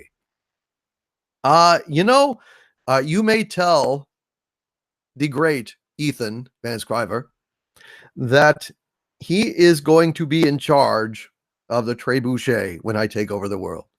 Even though, he is a huge YouTuber in his own right and is not one of my, legionnaires and such. His contribution to the fandom menace has been so great that he shall just honorifically be given the title Minister of Trebuchets, and he will be able to deploy them as he wills. So hail to Ethan, hail to Jeremy, hail to Jeff, hail to the High Council. You guys are awesome, and you deserve all the success that you've had. Hail Deef for invoking the name of the High Council. Thank you for being anticipatory to my robot invasion. It's going to be spectacular. It's going to be spectacular. Soon you will see one of the giant robots in my videos, and you will meet, finally, the most supreme AI on Earth, who dwells in the bowels of my complex. You will meet him. You will hear from him. In fact, you have heard from him. His is the voice that you hear at the beginning of my videos. Proxy chain initialized. He's the guy. Thank you, Deef. Birdo Prey 5. Hail, Birdo Prey 5 with a $10 super chat. Brother, it is good to see you. Kapla, my friend. And the Birdo Prey 5 says, congrats, Overlord. Congrats, Harvey. Did you manage to finish this latest episode of STD? I found it the hardest episode yet to complete. I fear for your safety. Harvey, be ready. No, I haven't. Just straight up. No, I have not. I got through, I guess about 26 minutes of the goddamn thing. And then I bailed and I went to watch the Orville. But I know that I'm going to have to finish it. I know that I will be reviewing it this next week before the finale. So I've got a lot of work to do. But I bailed. I went to the Orville instead. And was very glad I did because, God, it was wonderful. And I was thinking as watching it, damn, man, this is Star Trek. No kidding. This is Star Trek. And, it was eerie. There's certain episodes of the Orville just really invoke that and just make you feel it. It is definitely Star Trek at its best. I mean, a lot of these episodes this season would have been good to great episodes of The Next Generation. And that is high praise indeed. So, Bird of Prey 5, thank you for the warning. I will definitely be fortified. I will screw that helmet down. Screw that helmet down, boy. Turn the screw around. The only thing I ever did say is screw that helmet down. Yeah, I'll be careful. I'm going to pad that helmet and be fortified with lots of drink because I got to finish it. I have to be able to do my review. So the time for stalling is past. I know that I'm going to have to do it. I'm going to have to bite that bullet as it bites the big one. And it's going to be hell. But I do it for you. Everything I do it for you. Yeah, I'd lie for you. Walk the wire for you. I'd die for you. No, it's true. Everything I do it for you. Thank you, Bird. Oh, Prey 5. William Bailey. Hail, William Bailey, with a $9.99 super chat. William, welcome. And good to see you, my friend. And William Bailey says, hail, I saw Captain Marvel. Not joking, but I fell fast asleep pretty quickly. Completely dead to the world was woken by someone walking out. Am I just getting old, or was this a blessing in disguise? William Bailey, you are the sanest man I know. I think that, you're not getting older, baby. You're getting better. And I will say that with age comes a certain degree of wisdom. And your body, you listened to your body. Your body told you something. You are one with your physical and spiritual forms. You are a complete individual. Your body was saying, you do not want this. This is not good for you. Like when you eat bad chicken and you start retching and throwing up convulsively to save your life.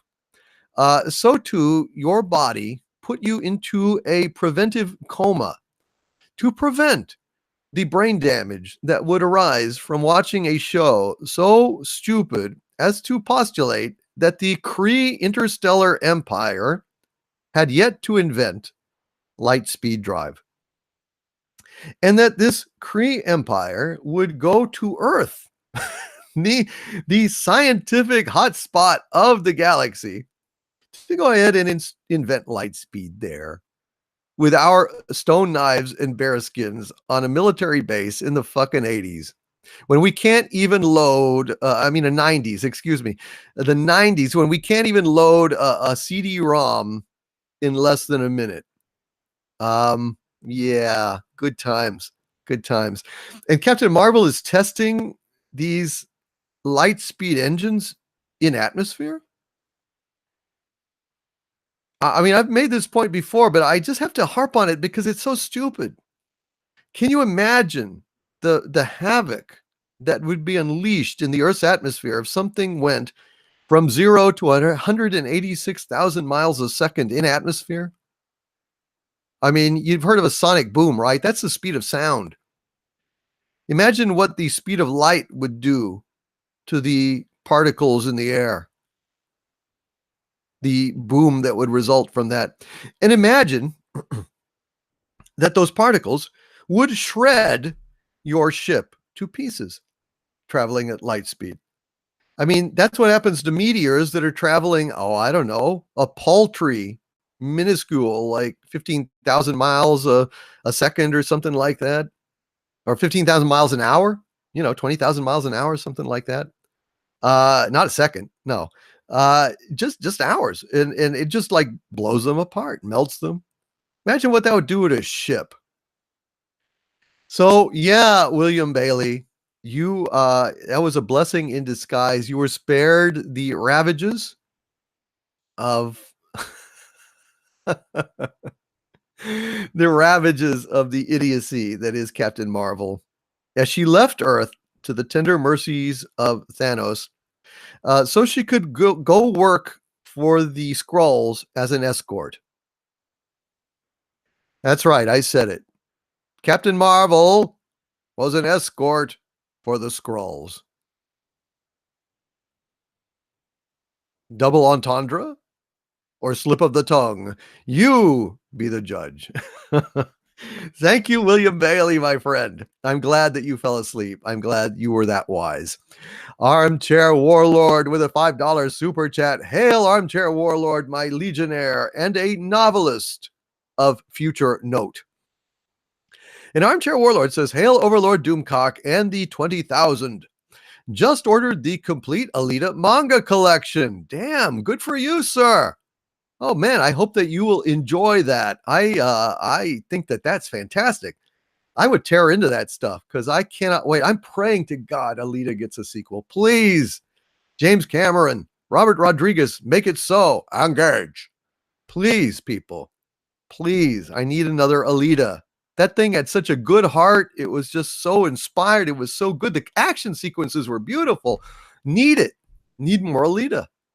Anyway, Armchair Warlord says, congratulations and check out The Maiden's War on Indiegogo. This is Armchair Warlord's novel, The Maiden's War on Indiegogo. It looks fantastic. I've seen some of the artwork for it. And, the Armchair Warlord knows what he speaks of. He is a warrior himself, not just an armchair warlord, but an actual warrior. He recently broke his leg jumping out of a plane in the military. So the guy knows his stuff. And I think that's the kind of verisimilitude you need if you're going to write a sci-fi militaristic novel. So I urge you guys to go and check it out. The Maiden's War on Indiegogo by Armchair Warlord. Thank you, sir. Thank you for your support. And I really appreciate you, brother. Nicholas Noah. Hail, Legionnaire Nicholas Noah. Legionnaire extraordinaire with a $5 super chat. Thank you, brother. And he says, best Game of Thrones scene in your opinion, my lord. Oh, geez, dude, that's a really good question. There have been so many great scenes.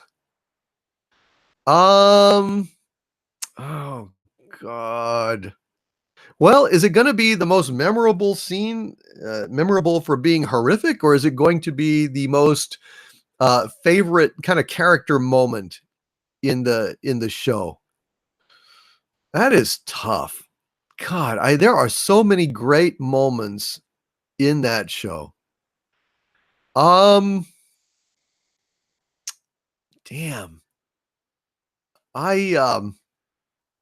That is so goddamn tough.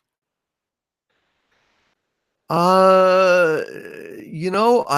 I said, I already mentioned the wagon train assault the first time that Daenerys and her Dothraki hordes descend on the caravan ferrying gold to Cersei, to King's Landing for the Iron Bank. And Jaime almost gets killed. I thought that was a great sequence.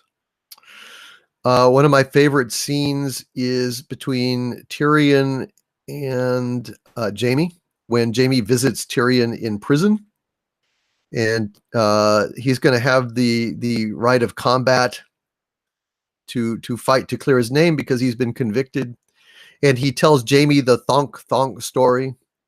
Just like a wonderful character moment there. I really love it. I mean, these are just off the top of my head. I can't say that there are any. I mean, there's so many great moments. When I think that the most impressive, incredible damn moment in Game of Thrones was when Jon Snow and the free folk, the wildlings, are way up north and they get besieged by the armies of the dead. And I mean, they are overrun. They are running. They are, trying to retreat with their lives. Their people are reanimated by the Night King. And, Jon is fighting his way back to escape on what craft they have left. And, he hits those walkers with his steel, his Targaryen steel, and they disintegrate. And that look when he's seen the horrors of the Night King at last in all their glory, their terrible glory, and he's going away on that boat, and he and the Night King lock eyes. That was an incredible moment. Absolutely. God, an incredible moment. I loved it when Jon Snow walks away from the Night Watch, and somebody asks him, "You're leaving?" And he says, "No, my watch has ended," because he's died. I love that. Too many even to list. Nicholas Noah, I'm sorry that I don't have a absolute best. I don't know. Does anyone, are y'all saying in the chat what you think are the best? When Stannis crushed the wildlings, yeah, that was something. Twin ion engine, absolutely, Rowan and Blade. That's absolutely correct. The mountain and the serpent fight, yes, that is very good. Anytime Braum threatens somebody, yes.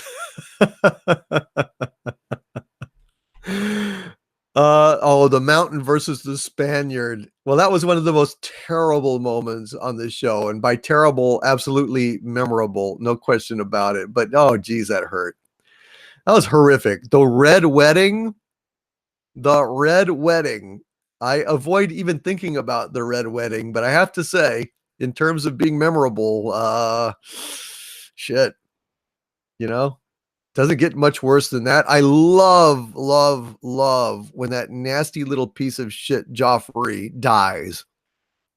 Joffrey getting poisoned is okay. That's probably my favorite moment in the whole show because I hated him and loathed him with a passion that I cannot even express.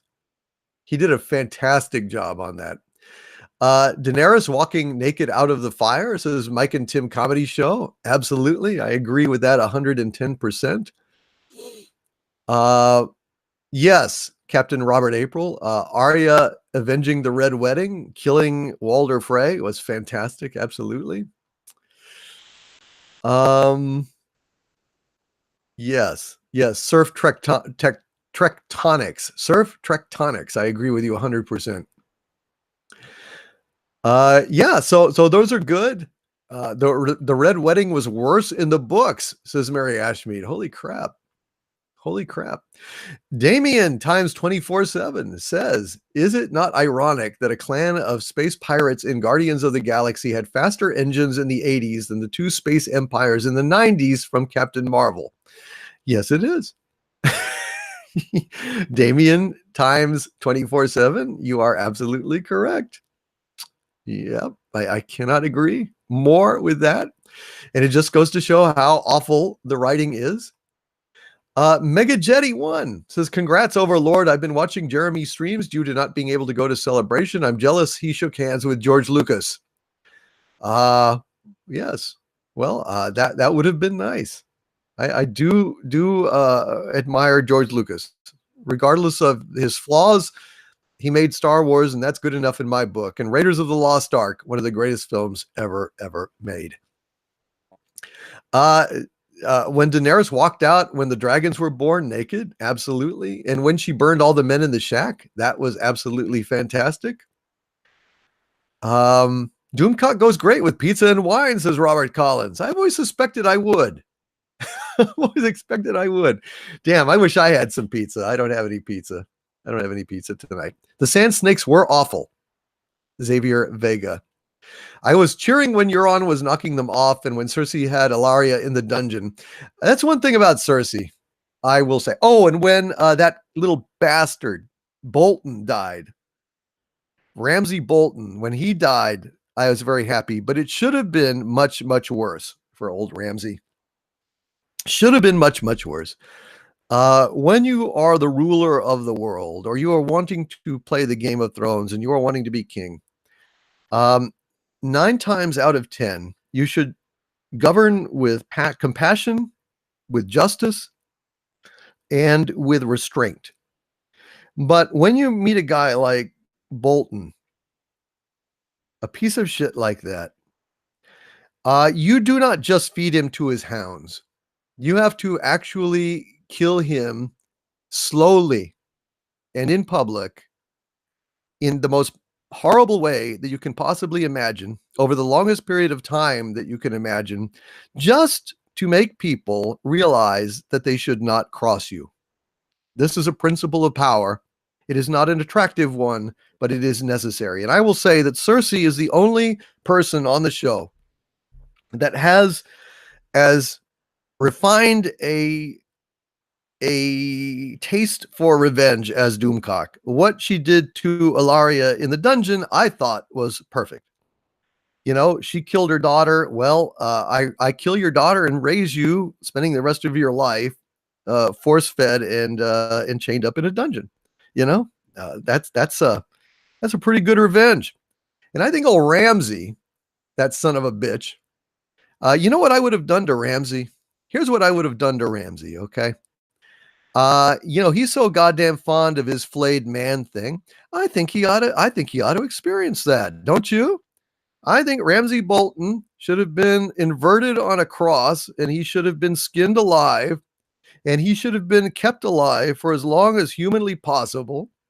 And to commemorate his downfall after he did everything he did to my sister and my brother and all of the horrible fates that he has inflicted on the innocent of the world, I would actually commission a painting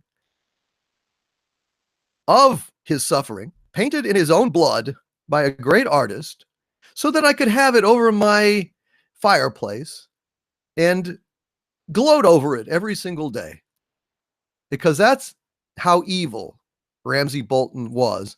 And I would want people, when they came into my chambers, to behold that and remember why you should not be a piece of shit in my kingdom. Because shit gets flushed, just like Ramsay Bolton. That's what I would have done. And I would have sat around too. I'm not going to make it quick. I would have had a little lawn chair and some margaritas and just kind of kicked back and chatted with old Ramsay as he went down, made fun of him, because his pride was a thing. I want him wounded in every conceivable way. After what he did to Theon, you have to make an example of monsters like that. And then the rest of the time, because you've scared everyone else so much as to what you are capable of, then you can treat people with the utmost respect, consideration, and charity, and they won't think you're weak. That's how that should roll in Game of Thrones. And I think Daenerys has finally understood that, frying those guys with her dragons. I think that was a very wise move on her behalf. And that's what I think. Mega Jetty says, Mega Jetty 1 says, I'm like every other guy who would want to make Daenerys my own, but I prefer Marguerite Tyrell a bit more. Despite her selfish ambition, she did have a good, caring, selfless heart. Daenerys does too, though, man. Daenerys is pretty awesome, And I agree with you guys. Jerk Major and Hamlet's Tragedy Mask 89. Cersei is scary. Cersei's brilliant, man. Who would have thought that she would be so incredible as basically John Connor's mom, Sarah Connor. I didn't see that in her. And man, she was incredible. She is something. That woman can act. She was born to play that part. No doubt about it.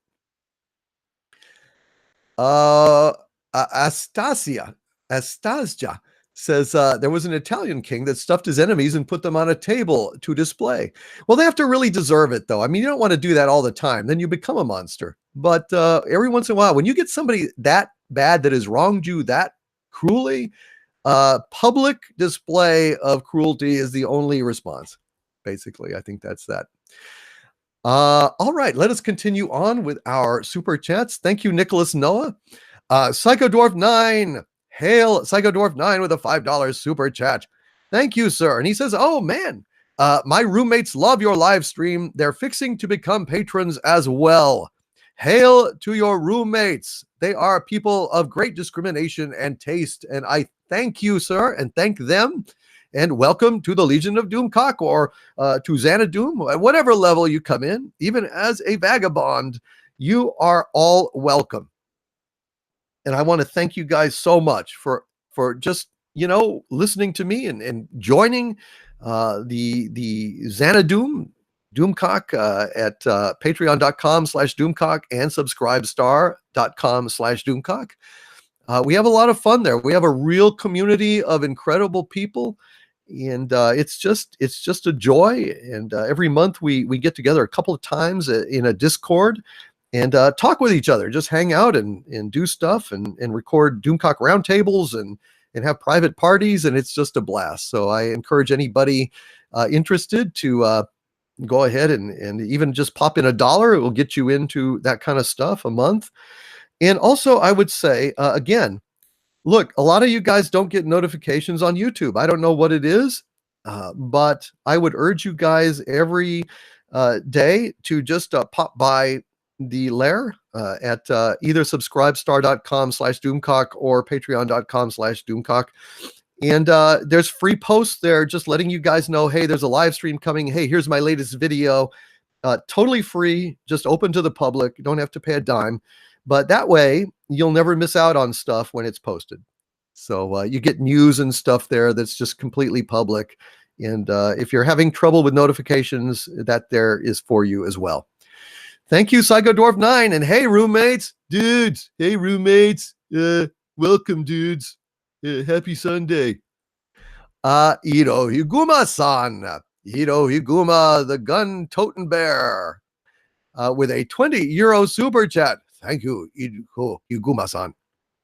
And he says, "Hail Doomcock, hail Harvey, hail to the Hapes Consortium and to the Dathomir witches who were removed from Star Wars and replaced with Rey the perpetually constipated, Leia the hugger, Potato Sack Tico, and Hollow Holdo." Potato Sack Tico. Oh, dear God. And they keep ramming that down our throats. You know, it would be really funny. I mean, it would actually like be so bad and so funny as to kind of redeem Star Wars a little bit in my eyes. If they went ahead and actually like had Rose Tico be the dark side brains of the whole thing all along, and she's actually Darth Tico, and she does a good Palpatine impression. Eh, eh, eh. It is you who are about to be surprised. You have a lot to learn about a great many things. So it was her going, eh, eh, eh, eh, eh. You see this like potato-shaped Darth Lord, you know, in the ruins of the Death Star, cackling like Palpatine, you know, basically looking for all the world like either a potato or basically a shaved Ewok. You know, what do you get when you cross an Ewok with a can of Nair? Rose Tico, basically. Rose Tico. And Hollow Holdo.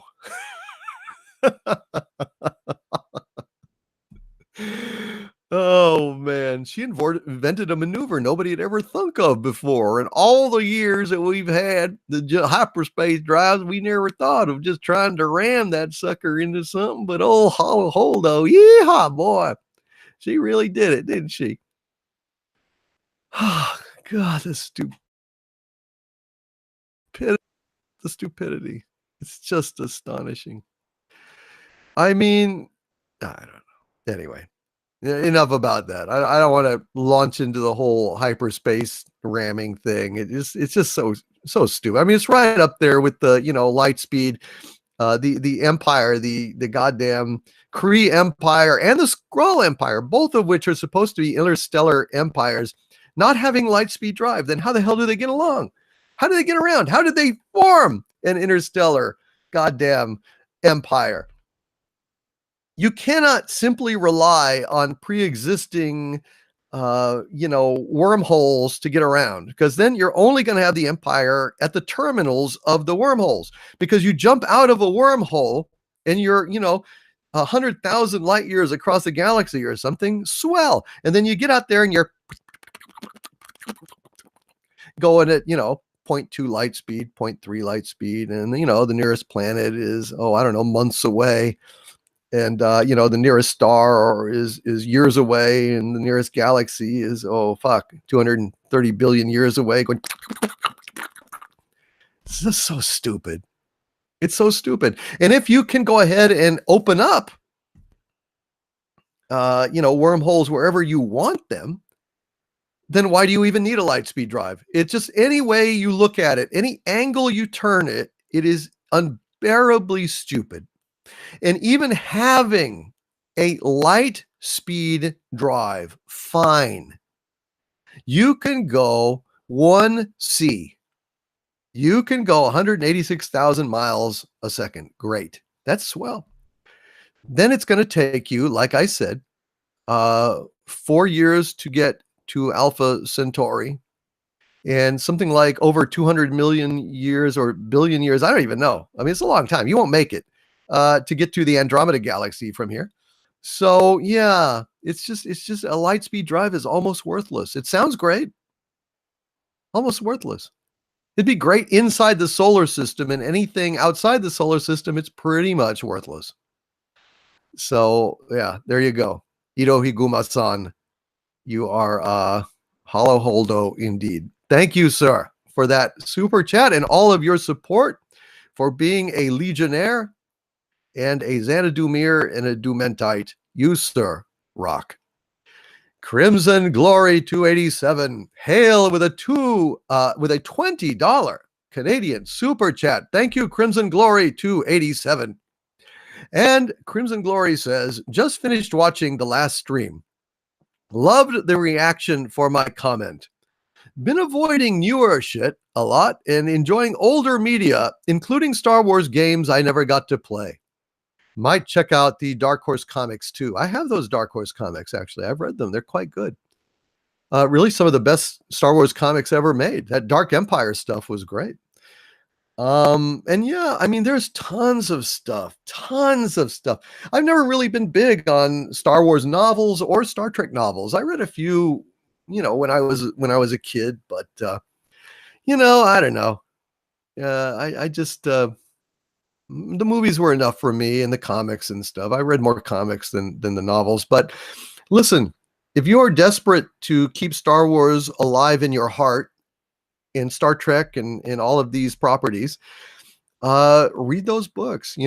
Go back to gathering with people of your kind, of your tribe, people who know the goodness of Star Trek canon, who appreciate the nuances of Star Wars lore, and who will keep that fire burning in their hearts, even in this SJW storm.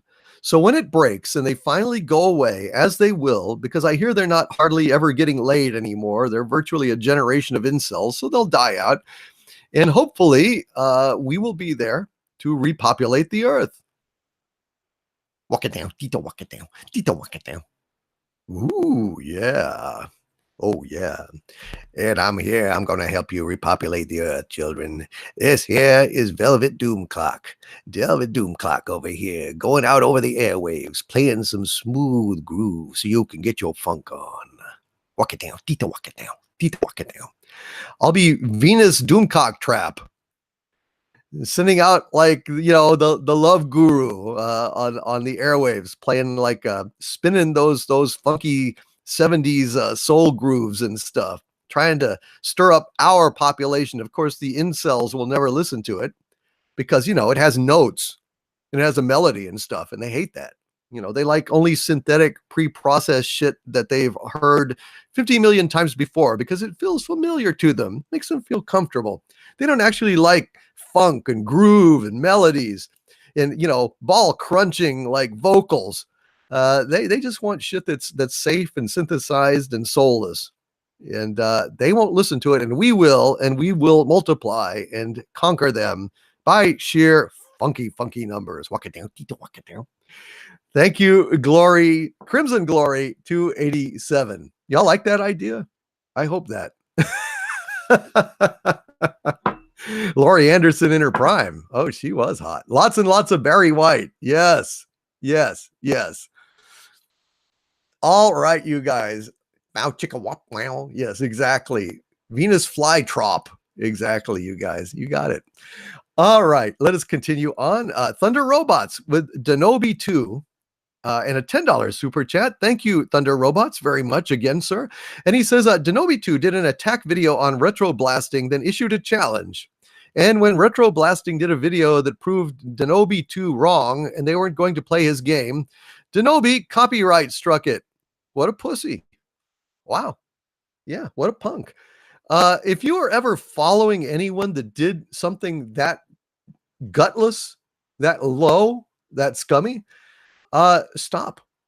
I mean, they are not worthy of your attention. They are not worthy of your following and your views. I mean, people like that, I can't imagine that some piece of shit like that is going to go ahead then and retain their audience. I don't get it. It's just a mind-boggling, Thunder Robots. That is scummy. Jesus Christ. Well, yeah, none of that shit here. None of that crap in Toxic Town. Yes, I will take you to Toxic Town. It will be glorious. But we will have none of those kinds of shenanigans. In Toxic Town, we have honor. There's an old-fashioned thing called honor. Even when it's among thieves, there is honor among thieves. There is honor among supervillains, and we will enforce that. We will rise above that. That's terrible, dude. Thank you, Thunder Robots. You are awesome, sir. And thank you for that cautionary tale. Dantanian with a 2-pound super chat and an amazingly cool helmet. Thank you, Dantanian. And he says, congrats to our Lord and Master Doomcock for 20,000. Thank you, Dantanian. I really appreciate it. You guys are the best. This has been just a cool groove, kind of a chill Sunday. We've just had a lot of fun. We've got Game of Thrones coming up in just a little over 2 hours now. We'll be adjourning soon to give everybody a chance to eat and relax before Game of Thrones. And then I will be back on with Gary later on, and we will be discussing the events of the episode. So, you will have a opportunity to check that out. So tonight it won't be farewell. It will be merely see you in a little bit. It'll be fun. But anyway, Dantanian, thank you very, very much. The DJD show. Hail DJD with a $2 super chat. My friend, you are too kind. You look dangerous and vampiric, and I like listening to your channel. I subscribed the other day. I hope you noticed, sir. I subscribed to your channel. And anyway, and everyone else should. The DJD show. He has an amazing voice. Not merely the actual way he says it. He's got a great voice. And the DJD show, my Legionnaire and friend, says, Hail Overlord DVD. Congrats on 20K. Cheers, good sir. Cheers, the DJD show. Yes, if you have not heard his voice, come around the lair sometime when we do a Doomcock Roundtable or a Dick Doomcock Power Hour, and the DJD show graces us with his presence and his amazing, indescribable tones. His voice is quite unique, and I just love the guy. Thank you, the DJD show, for being here. You rock, my friend.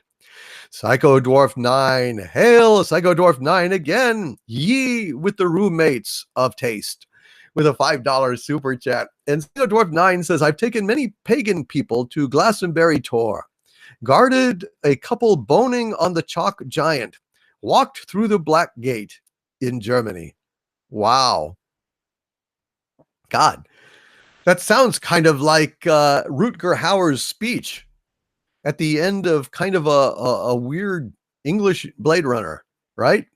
I've seen things you people wouldn't believe. I've taken many pagan people to Glastonbury Tor. I guarded a couple boning on the chalk giant, walked through the Black Gate in Germany.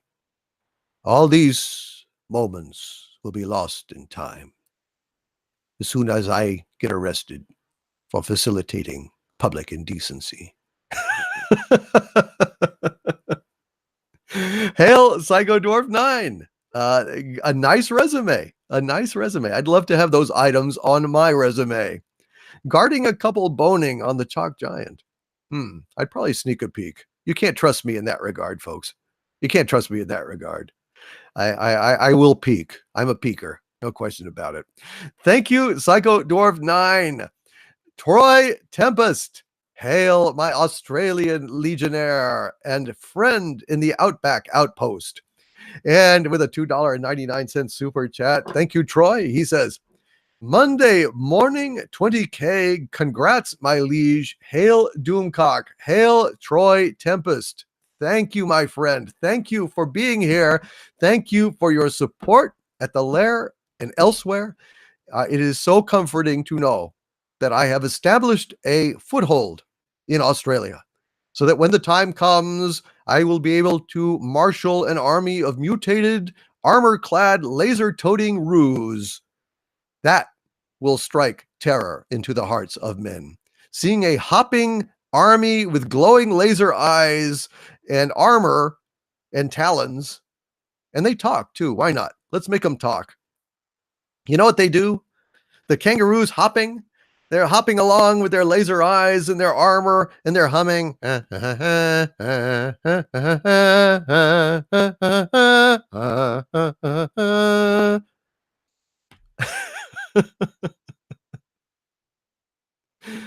love that. I love to play that.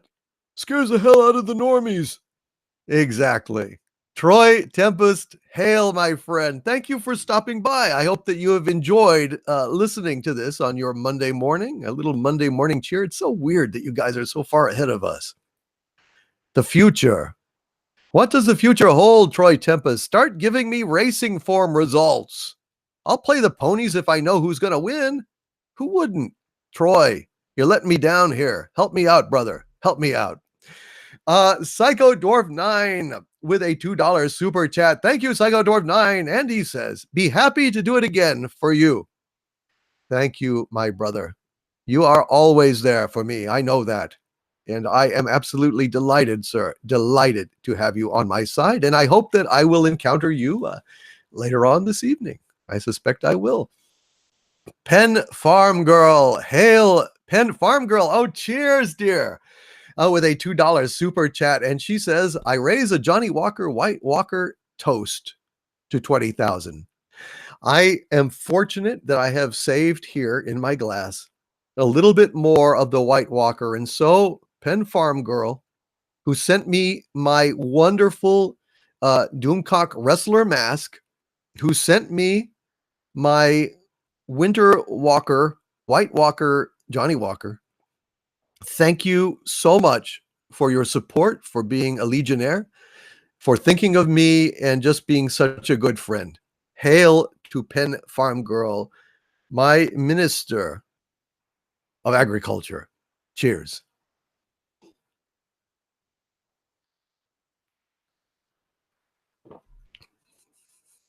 That is such a nice flavor. I never would have tried it without you, Penn Farm Girl. I never would have believed that a kind of gimmicky drink like this would be that incredible. Thank you so much. It really, it has become one of my go-to scotches. So of course, when it goes away, I'll miss it. So that's why I'm kind of stocking up on bottles just in case. It's not expensive, but I don't think they're going to keep making it after Game of Thrones. So buy it up while you may, folks. Buck Rogers with a $5 super chat. Thank you, Buck. And he says, late to the stream, but I wanted to say congratulations, my lord, and happy Sunday, my friend. Happy Sunday to you, Buck. Or may I say, beady, beady, beady, beady. Happy Sunday, Buck. Tweaky was so annoying. I'm just saying. I found Tweaky horribly annoying. I love Buck Rogers. I love the show. God knows I loved Erin Gray as Wilma. Oh, God, she was hot. But Tweaky was one of the more unfortunate robot creations in sci-fi, I have to say. That old beady, beady, beady. Okay, Buck. With that kind of street, that Mel Blanc street kind of, generic. Jesus. Love Mel Blanc. Not big on Tweaky, I gotta say. Although I would take Tweaky any day of the week over that piece of shit, worthless nothing, BB-8. Oh, God, I hate BB-8. Beach Ball 8, I call him. More evidence of Jar Jar Abrams' genius or lack thereof. I'm gonna make a droid. I'm going to take a beach ball and I'm going to tear the head off of a real droid and stick it on that ball. Ta-da! Pay me $1 million. Screw you, Jar Jar. You suck. Yes, you do. Yes, you do, Jar Jar. Yes, you do. You suck, don't you? You suck. Yes, you're a bad boy. You're a dumb boy. Yes, you are. Yes, you are. Thank you, Buck Rogers. And better late than never. I will be posting this on Harvey's channel after it is done, so look out for that. Hiro Higuma-san. Again, hail with a €10 super chat. Thank you, Hiro Higuma-san. I really appreciate you. And he says, the Night King is the true hero of Westeros. The rest are just imposters. I'm inclined to agree. My God, the way he took down that dragon was heartbreaking, but incredibly impressive. And he's not even hustling. That's the damnedest thing. That son of a gun is not even hustling. He is just out there. And he's just kind of like, hand me that spear there, would you? Thank you, Jebediah. Did you know that? Did you know that bearded one, the long bearded one that handed him the spear, his name was Jebediah? Of course, what the hell else would it be? Anyway, old Jebediah says, thank you, Jebediah. excuse me. And he like steps forward leisurely. And before he hurls that ice spear and kills the dragon, he says, "Here's to your fuck, Frank." And he tosses it. And there it goes.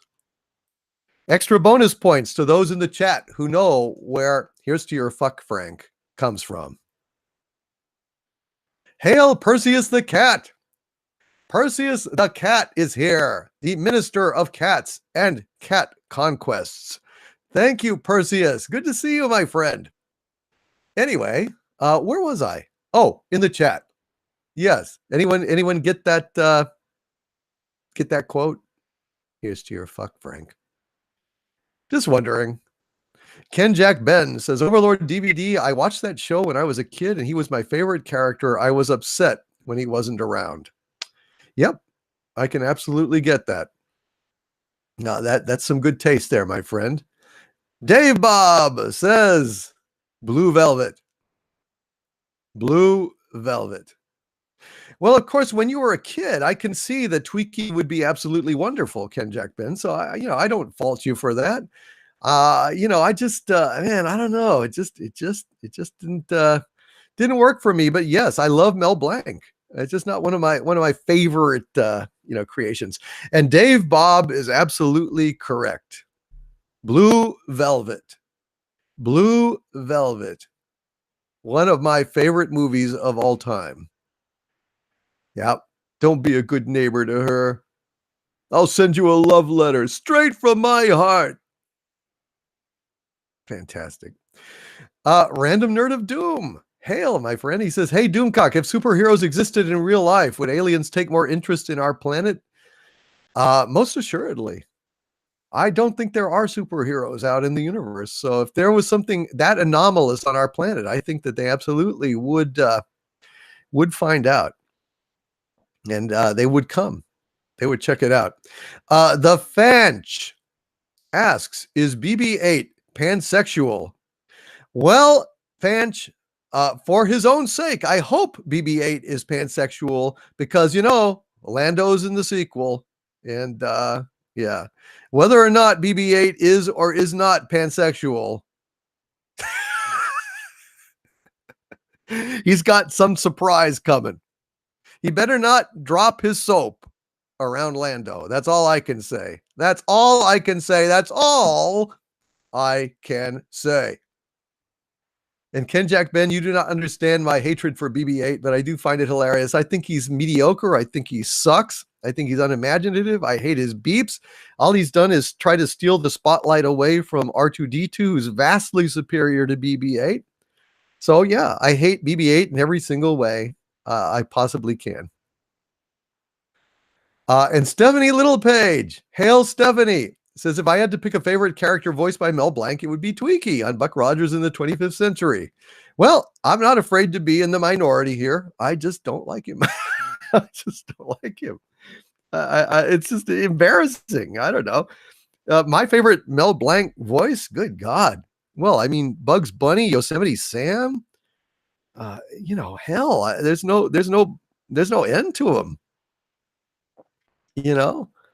I love his voice for Wile E. Coyote, which was just absolutely fantastic. Wile E. Coyote, super genius. I like the sound of that.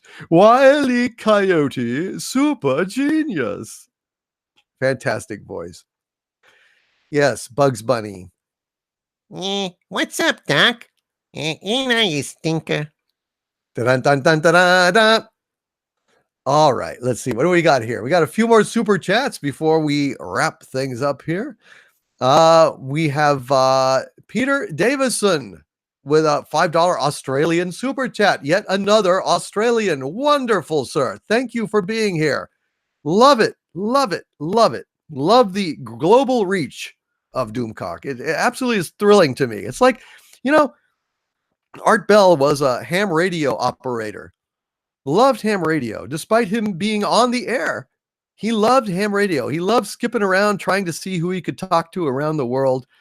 And I understand the thrill now because, I'm talking in my microphone, in my lair, and it's going out to the whole world And that blows my mind. It is just so wonderful. And it's just such a source of joy to me that someday, maybe when I get, I don't know, next year, maybe the next 2 years, I may go ahead and like travel around the world and go around and meet people, all over the world that know my work and are fans and supporters. I think that would be absolutely a blast. It would just be absolutely so cool. I wouldn't even, I don't know. It's a fantasy. Anyway, thank you, Peter Davison. And he says, divide and rule, a sturdy, sound strategy, Peter Davison. Absolutely a 100% important strategy. But unfortunately, that's what they're doing to us.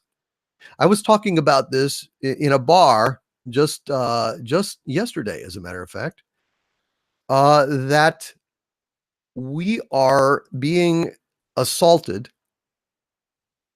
in our pop culture, divided from our knowledge of canon, and divided fan from fan and brother and sister from brother and sister by the intrusion of nonsense and garbage into our fandom.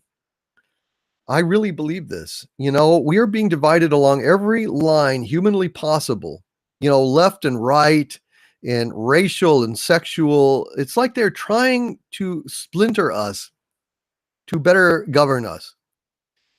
And that is even extending, in my theory, in my opinion, to pop culture, where, the day will come, if we are not careful, if we do not fight this, that we will not even be able to agree on what is truly Star Trek and what is truly Star Wars or Doctor Who or Thundercats or She-Ra or Ghostbusters, any of it.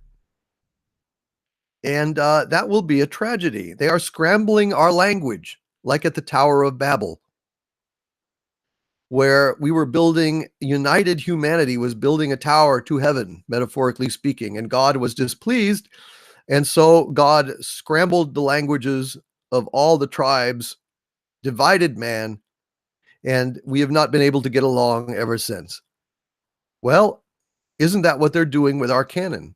Aren't they scrambling our Star Wars language, our Star Trek language? Scrambling it to divide us, to pit us against each other. Fandom is one of the last refuges where people of every political stripe can get along and agree. And it really could be a building block towards a larger peace in the world. Shaka, when the walls fell. When a brother says this, we speak the same language. We're on the same page. When I say, no, you failed, Your Highness. I am a Jedi like my father before me. Who doesn't smile? Who doesn't have a glow inside knowing that this is now one of my brothers speaking to me?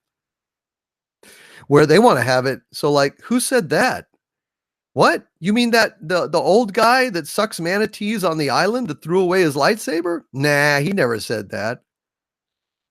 And we can no longer get along. We can no longer have that shared experience. I think that's a tragedy.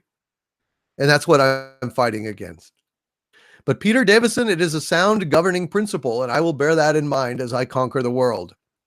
Ravi Komatiredi with a $4.99 super chat. Thank you, Ravi, very, very much. And Ravi says, well deserved. Thank you, Ravi. Probably Ravi, not Ravi. It's probably Ravi. Ravi Komatiredi, thank you, sir. Thank you for being here. I really appreciate your attention and your regard and spending some of your precious Sunday afternoon with me and with us here in the Doomcock live stream. Perseus the Cat. Hail, my minister of cats and cat-related conquests, a longtime supporter and legionnaire and a dear friend with a $5 Canadian super chat. Perseus, you are too kind, my friend. Thank you for everything you've done for me. And Perseus says, started following Lord DVD when you had less than 2,000 subs. First channel I ever supported through Patreon. Look at you now. So proud to be your minion. Man, thank you, dude. Thank you so much.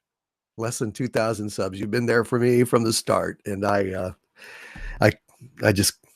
couldn't be more grateful. Thank you, Perseus the cat. It's an honor. You say that you are so proud to be my minion. I will say that I am extremely proud, very proud to be your friend. Thank you, Perseus, for everything, dude. And I hope to be talking to you soon. I really do. I hope that we get a chance to chat soon. That opportunity will be coming. We've got a Doomcock roundtable coming up on the 22nd, but even more than that, I've been meaning to contact you for some time, and I keep getting distracted. But I will. I've got some stuff I want to ask you. Thank you, Perseus the cat, very, very much. Klein Dropper, hail Klein Dropper with a $5 super chat. Hail Klein Dropper, and he says, "Hail Lord Doomcock. Congrats on 20,000. I think we are in for a major jolt on Game of Thrones tonight with only 6 episodes this season. Lots of people to kill off yet." Well, yes, Kleindropper. I think that's true. I don't know if they will simply have a sedate opening that just kind of kills time, and because they've done that shit before. So I wouldn't be surprised. But on the other hand, I did predict in my predictions, which are almost worthless, but take them as you will, that the first major death will be Sansa, that they will descend on Winterfell. Jon Snow will not be able to make it there in time. The houses of the north will congregate there to defend Winterfell, and that is what will draw the Night King, because fresh recruits for his army as he kills them and then raises them. Sansa will not be able to resist the predations of the Night King's armies, and winter will come to Winterfell for the last time. It will fall. Arya will get Bran out of there, and will proceed to King's Landing, where she will try to realize her aim to kill Cersei. Not only her aim, but her obsession at this point. And that would be shocking to see. I agree, dude. I think that they are going to do something huge. My money is on Sansa. I think we will have seen the last of Sansa, and I think Winterfell will fall. Thank you, Kleindropper, for the appreciation and the congrats and the support, brother. And I hope that Game of Thrones is wonderful tonight. Classic Comics. Hail Classic Comics with a $5 super chat. Thank you, sir, very much. Thank you for making it, taking the time to pop in. And he says, sorry I wasn't here earlier, just got back from the ball game. So are you doing a stream with Gary after the premiere tonight? I am, Classic Comics. I absolutely am. Looking forward to it. It'll be the first time I've had a chance to talk to Gary since he got back from his trip. I thought he was in Star Wars Celebration. I didn't catch his tweet that he was not going to Celebration because Nerdrotic Jr. was ill, and he was going to take care of Nerdrotic Jr. So I just didn't know. But I am looking forward to it. I'm freaked out. Frankly, I'm freaked out. I can't believe it's finally here, and I'm very excited. So yeah, Classic Comics. I hope to see you later tonight at the stream with Gary. We're gonna break it down. We're gonna talk some stuff about Game of Thrones. I think it's gonna be a blast. And we've got MJ here with a $5 super chat. Thank you, MJ. And MJ says, "Hail Overlord DVD. Jordan Peele is a talentless hack. Stay angry, Twilight Zone fans." I am angry as hell, MJ. I hope you know that about me. I hope that you've seen my my review of episodes 1 and 2 of the Twilight Zone. Episode 3 will probably get reviewed later this week. I think it's straight up racism. I think it's deplorable. I think it is actually condoning violence, and the hatred that Jordan Peele has for people of pale color is absolutely appalling. It's horrifying to me. And I can't believe it, and I don't support it, and I think it is absolutely a disgrace, not only to Rod Serling, but to our civilization and to, you know, true warriors for equality that walked the walk and talked the talk and took the lumps, like the Reverend Dr. Martin Luther King, like Rosa Parks, like people that actually who put themselves on the line instead of trying to sow racial division and discontent. They were simply trying to make an appeal for peace and equality. And God, how can you fight with that? How can you disagree with that? Well, old Jordan Peele, he is the anti-king. He is in the name of wokeitude and virtue signaling. He is absolutely despicable, and I am appalled. I could not be more appalled. Uh, yeah, but thank you for that super chat, and thank you for calling that out. I wish more people were, MJ. I wish more people were calling out the Twilight Zone as horrible. Really not worth your time or your money or your attention.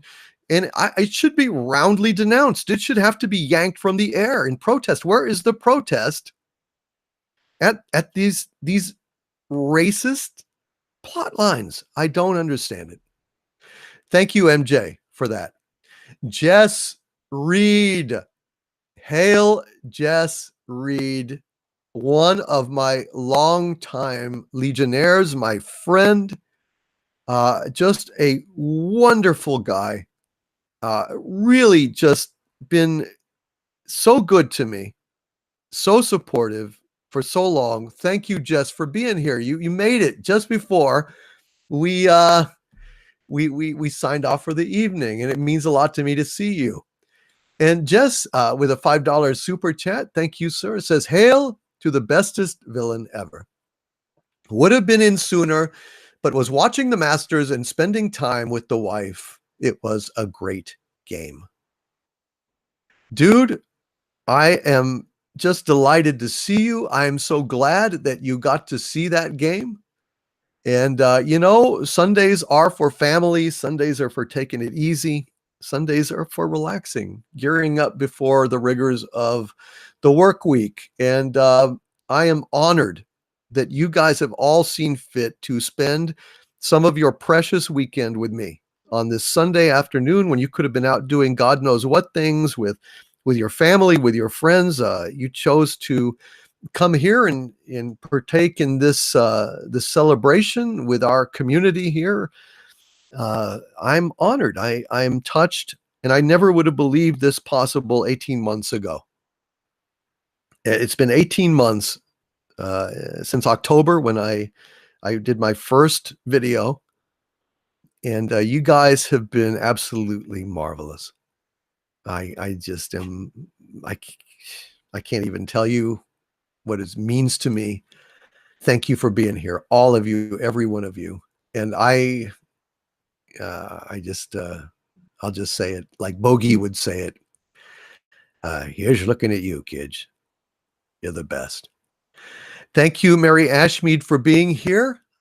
Thank you all for being here. And I will not say goodbye. I will say see you in a little bit. Me and Gary are going to break down some Game of Thrones. And then for those of you who, it was your Sunday and you couldn't make it to this, I don't want you to be excluded. So I'm going to do one more 20,000 subscriber live stream on Tuesday evening at 7:00 p.m. Central Standard Time, just in case anyone wanted to pop by and say hello.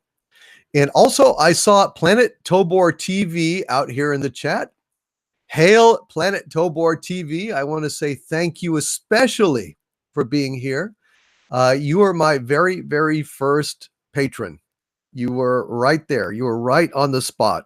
You were the first to join the Legion of Doomcock. You were my first Legionnaire. And from the bottom of my heart, Planet Tobor TV, thank you so much. And I hope that your game is going well, and I hope that you will let me know when it is done so that I can publicize the hell out of it. Auroran Sky, it will be on Gary's channel, just to answer your question. Mary Ashmead, you are awesome. You have done a man's work, sir, to quote in Blade Runner, to quote Gav in Blade Runner. And all of you here, thank you so much. My lord, who would win, Bugs Bunny or Harvey? Asked Fausto Solis. I would. Yeah, Harvey would win. Even in a cartoon, when with the power of the eraser and stuff, Harvey would simply change the laws of physics and completely destroy Bugs and his entire universe, and the celluloid would melt, the cells that he was drawn on. It would be evil and spooky. All right, you guys, thank you. I will see you later on this evening. Enjoy Game of Thrones. Have a lot of fun. And I will talk to you in just a little bit. Mary Ashmead, hail. Thank you to the greatest wench wrench on YouTube. Bless you, Mary. You are awesome. All right, you guys, see you in a few hours.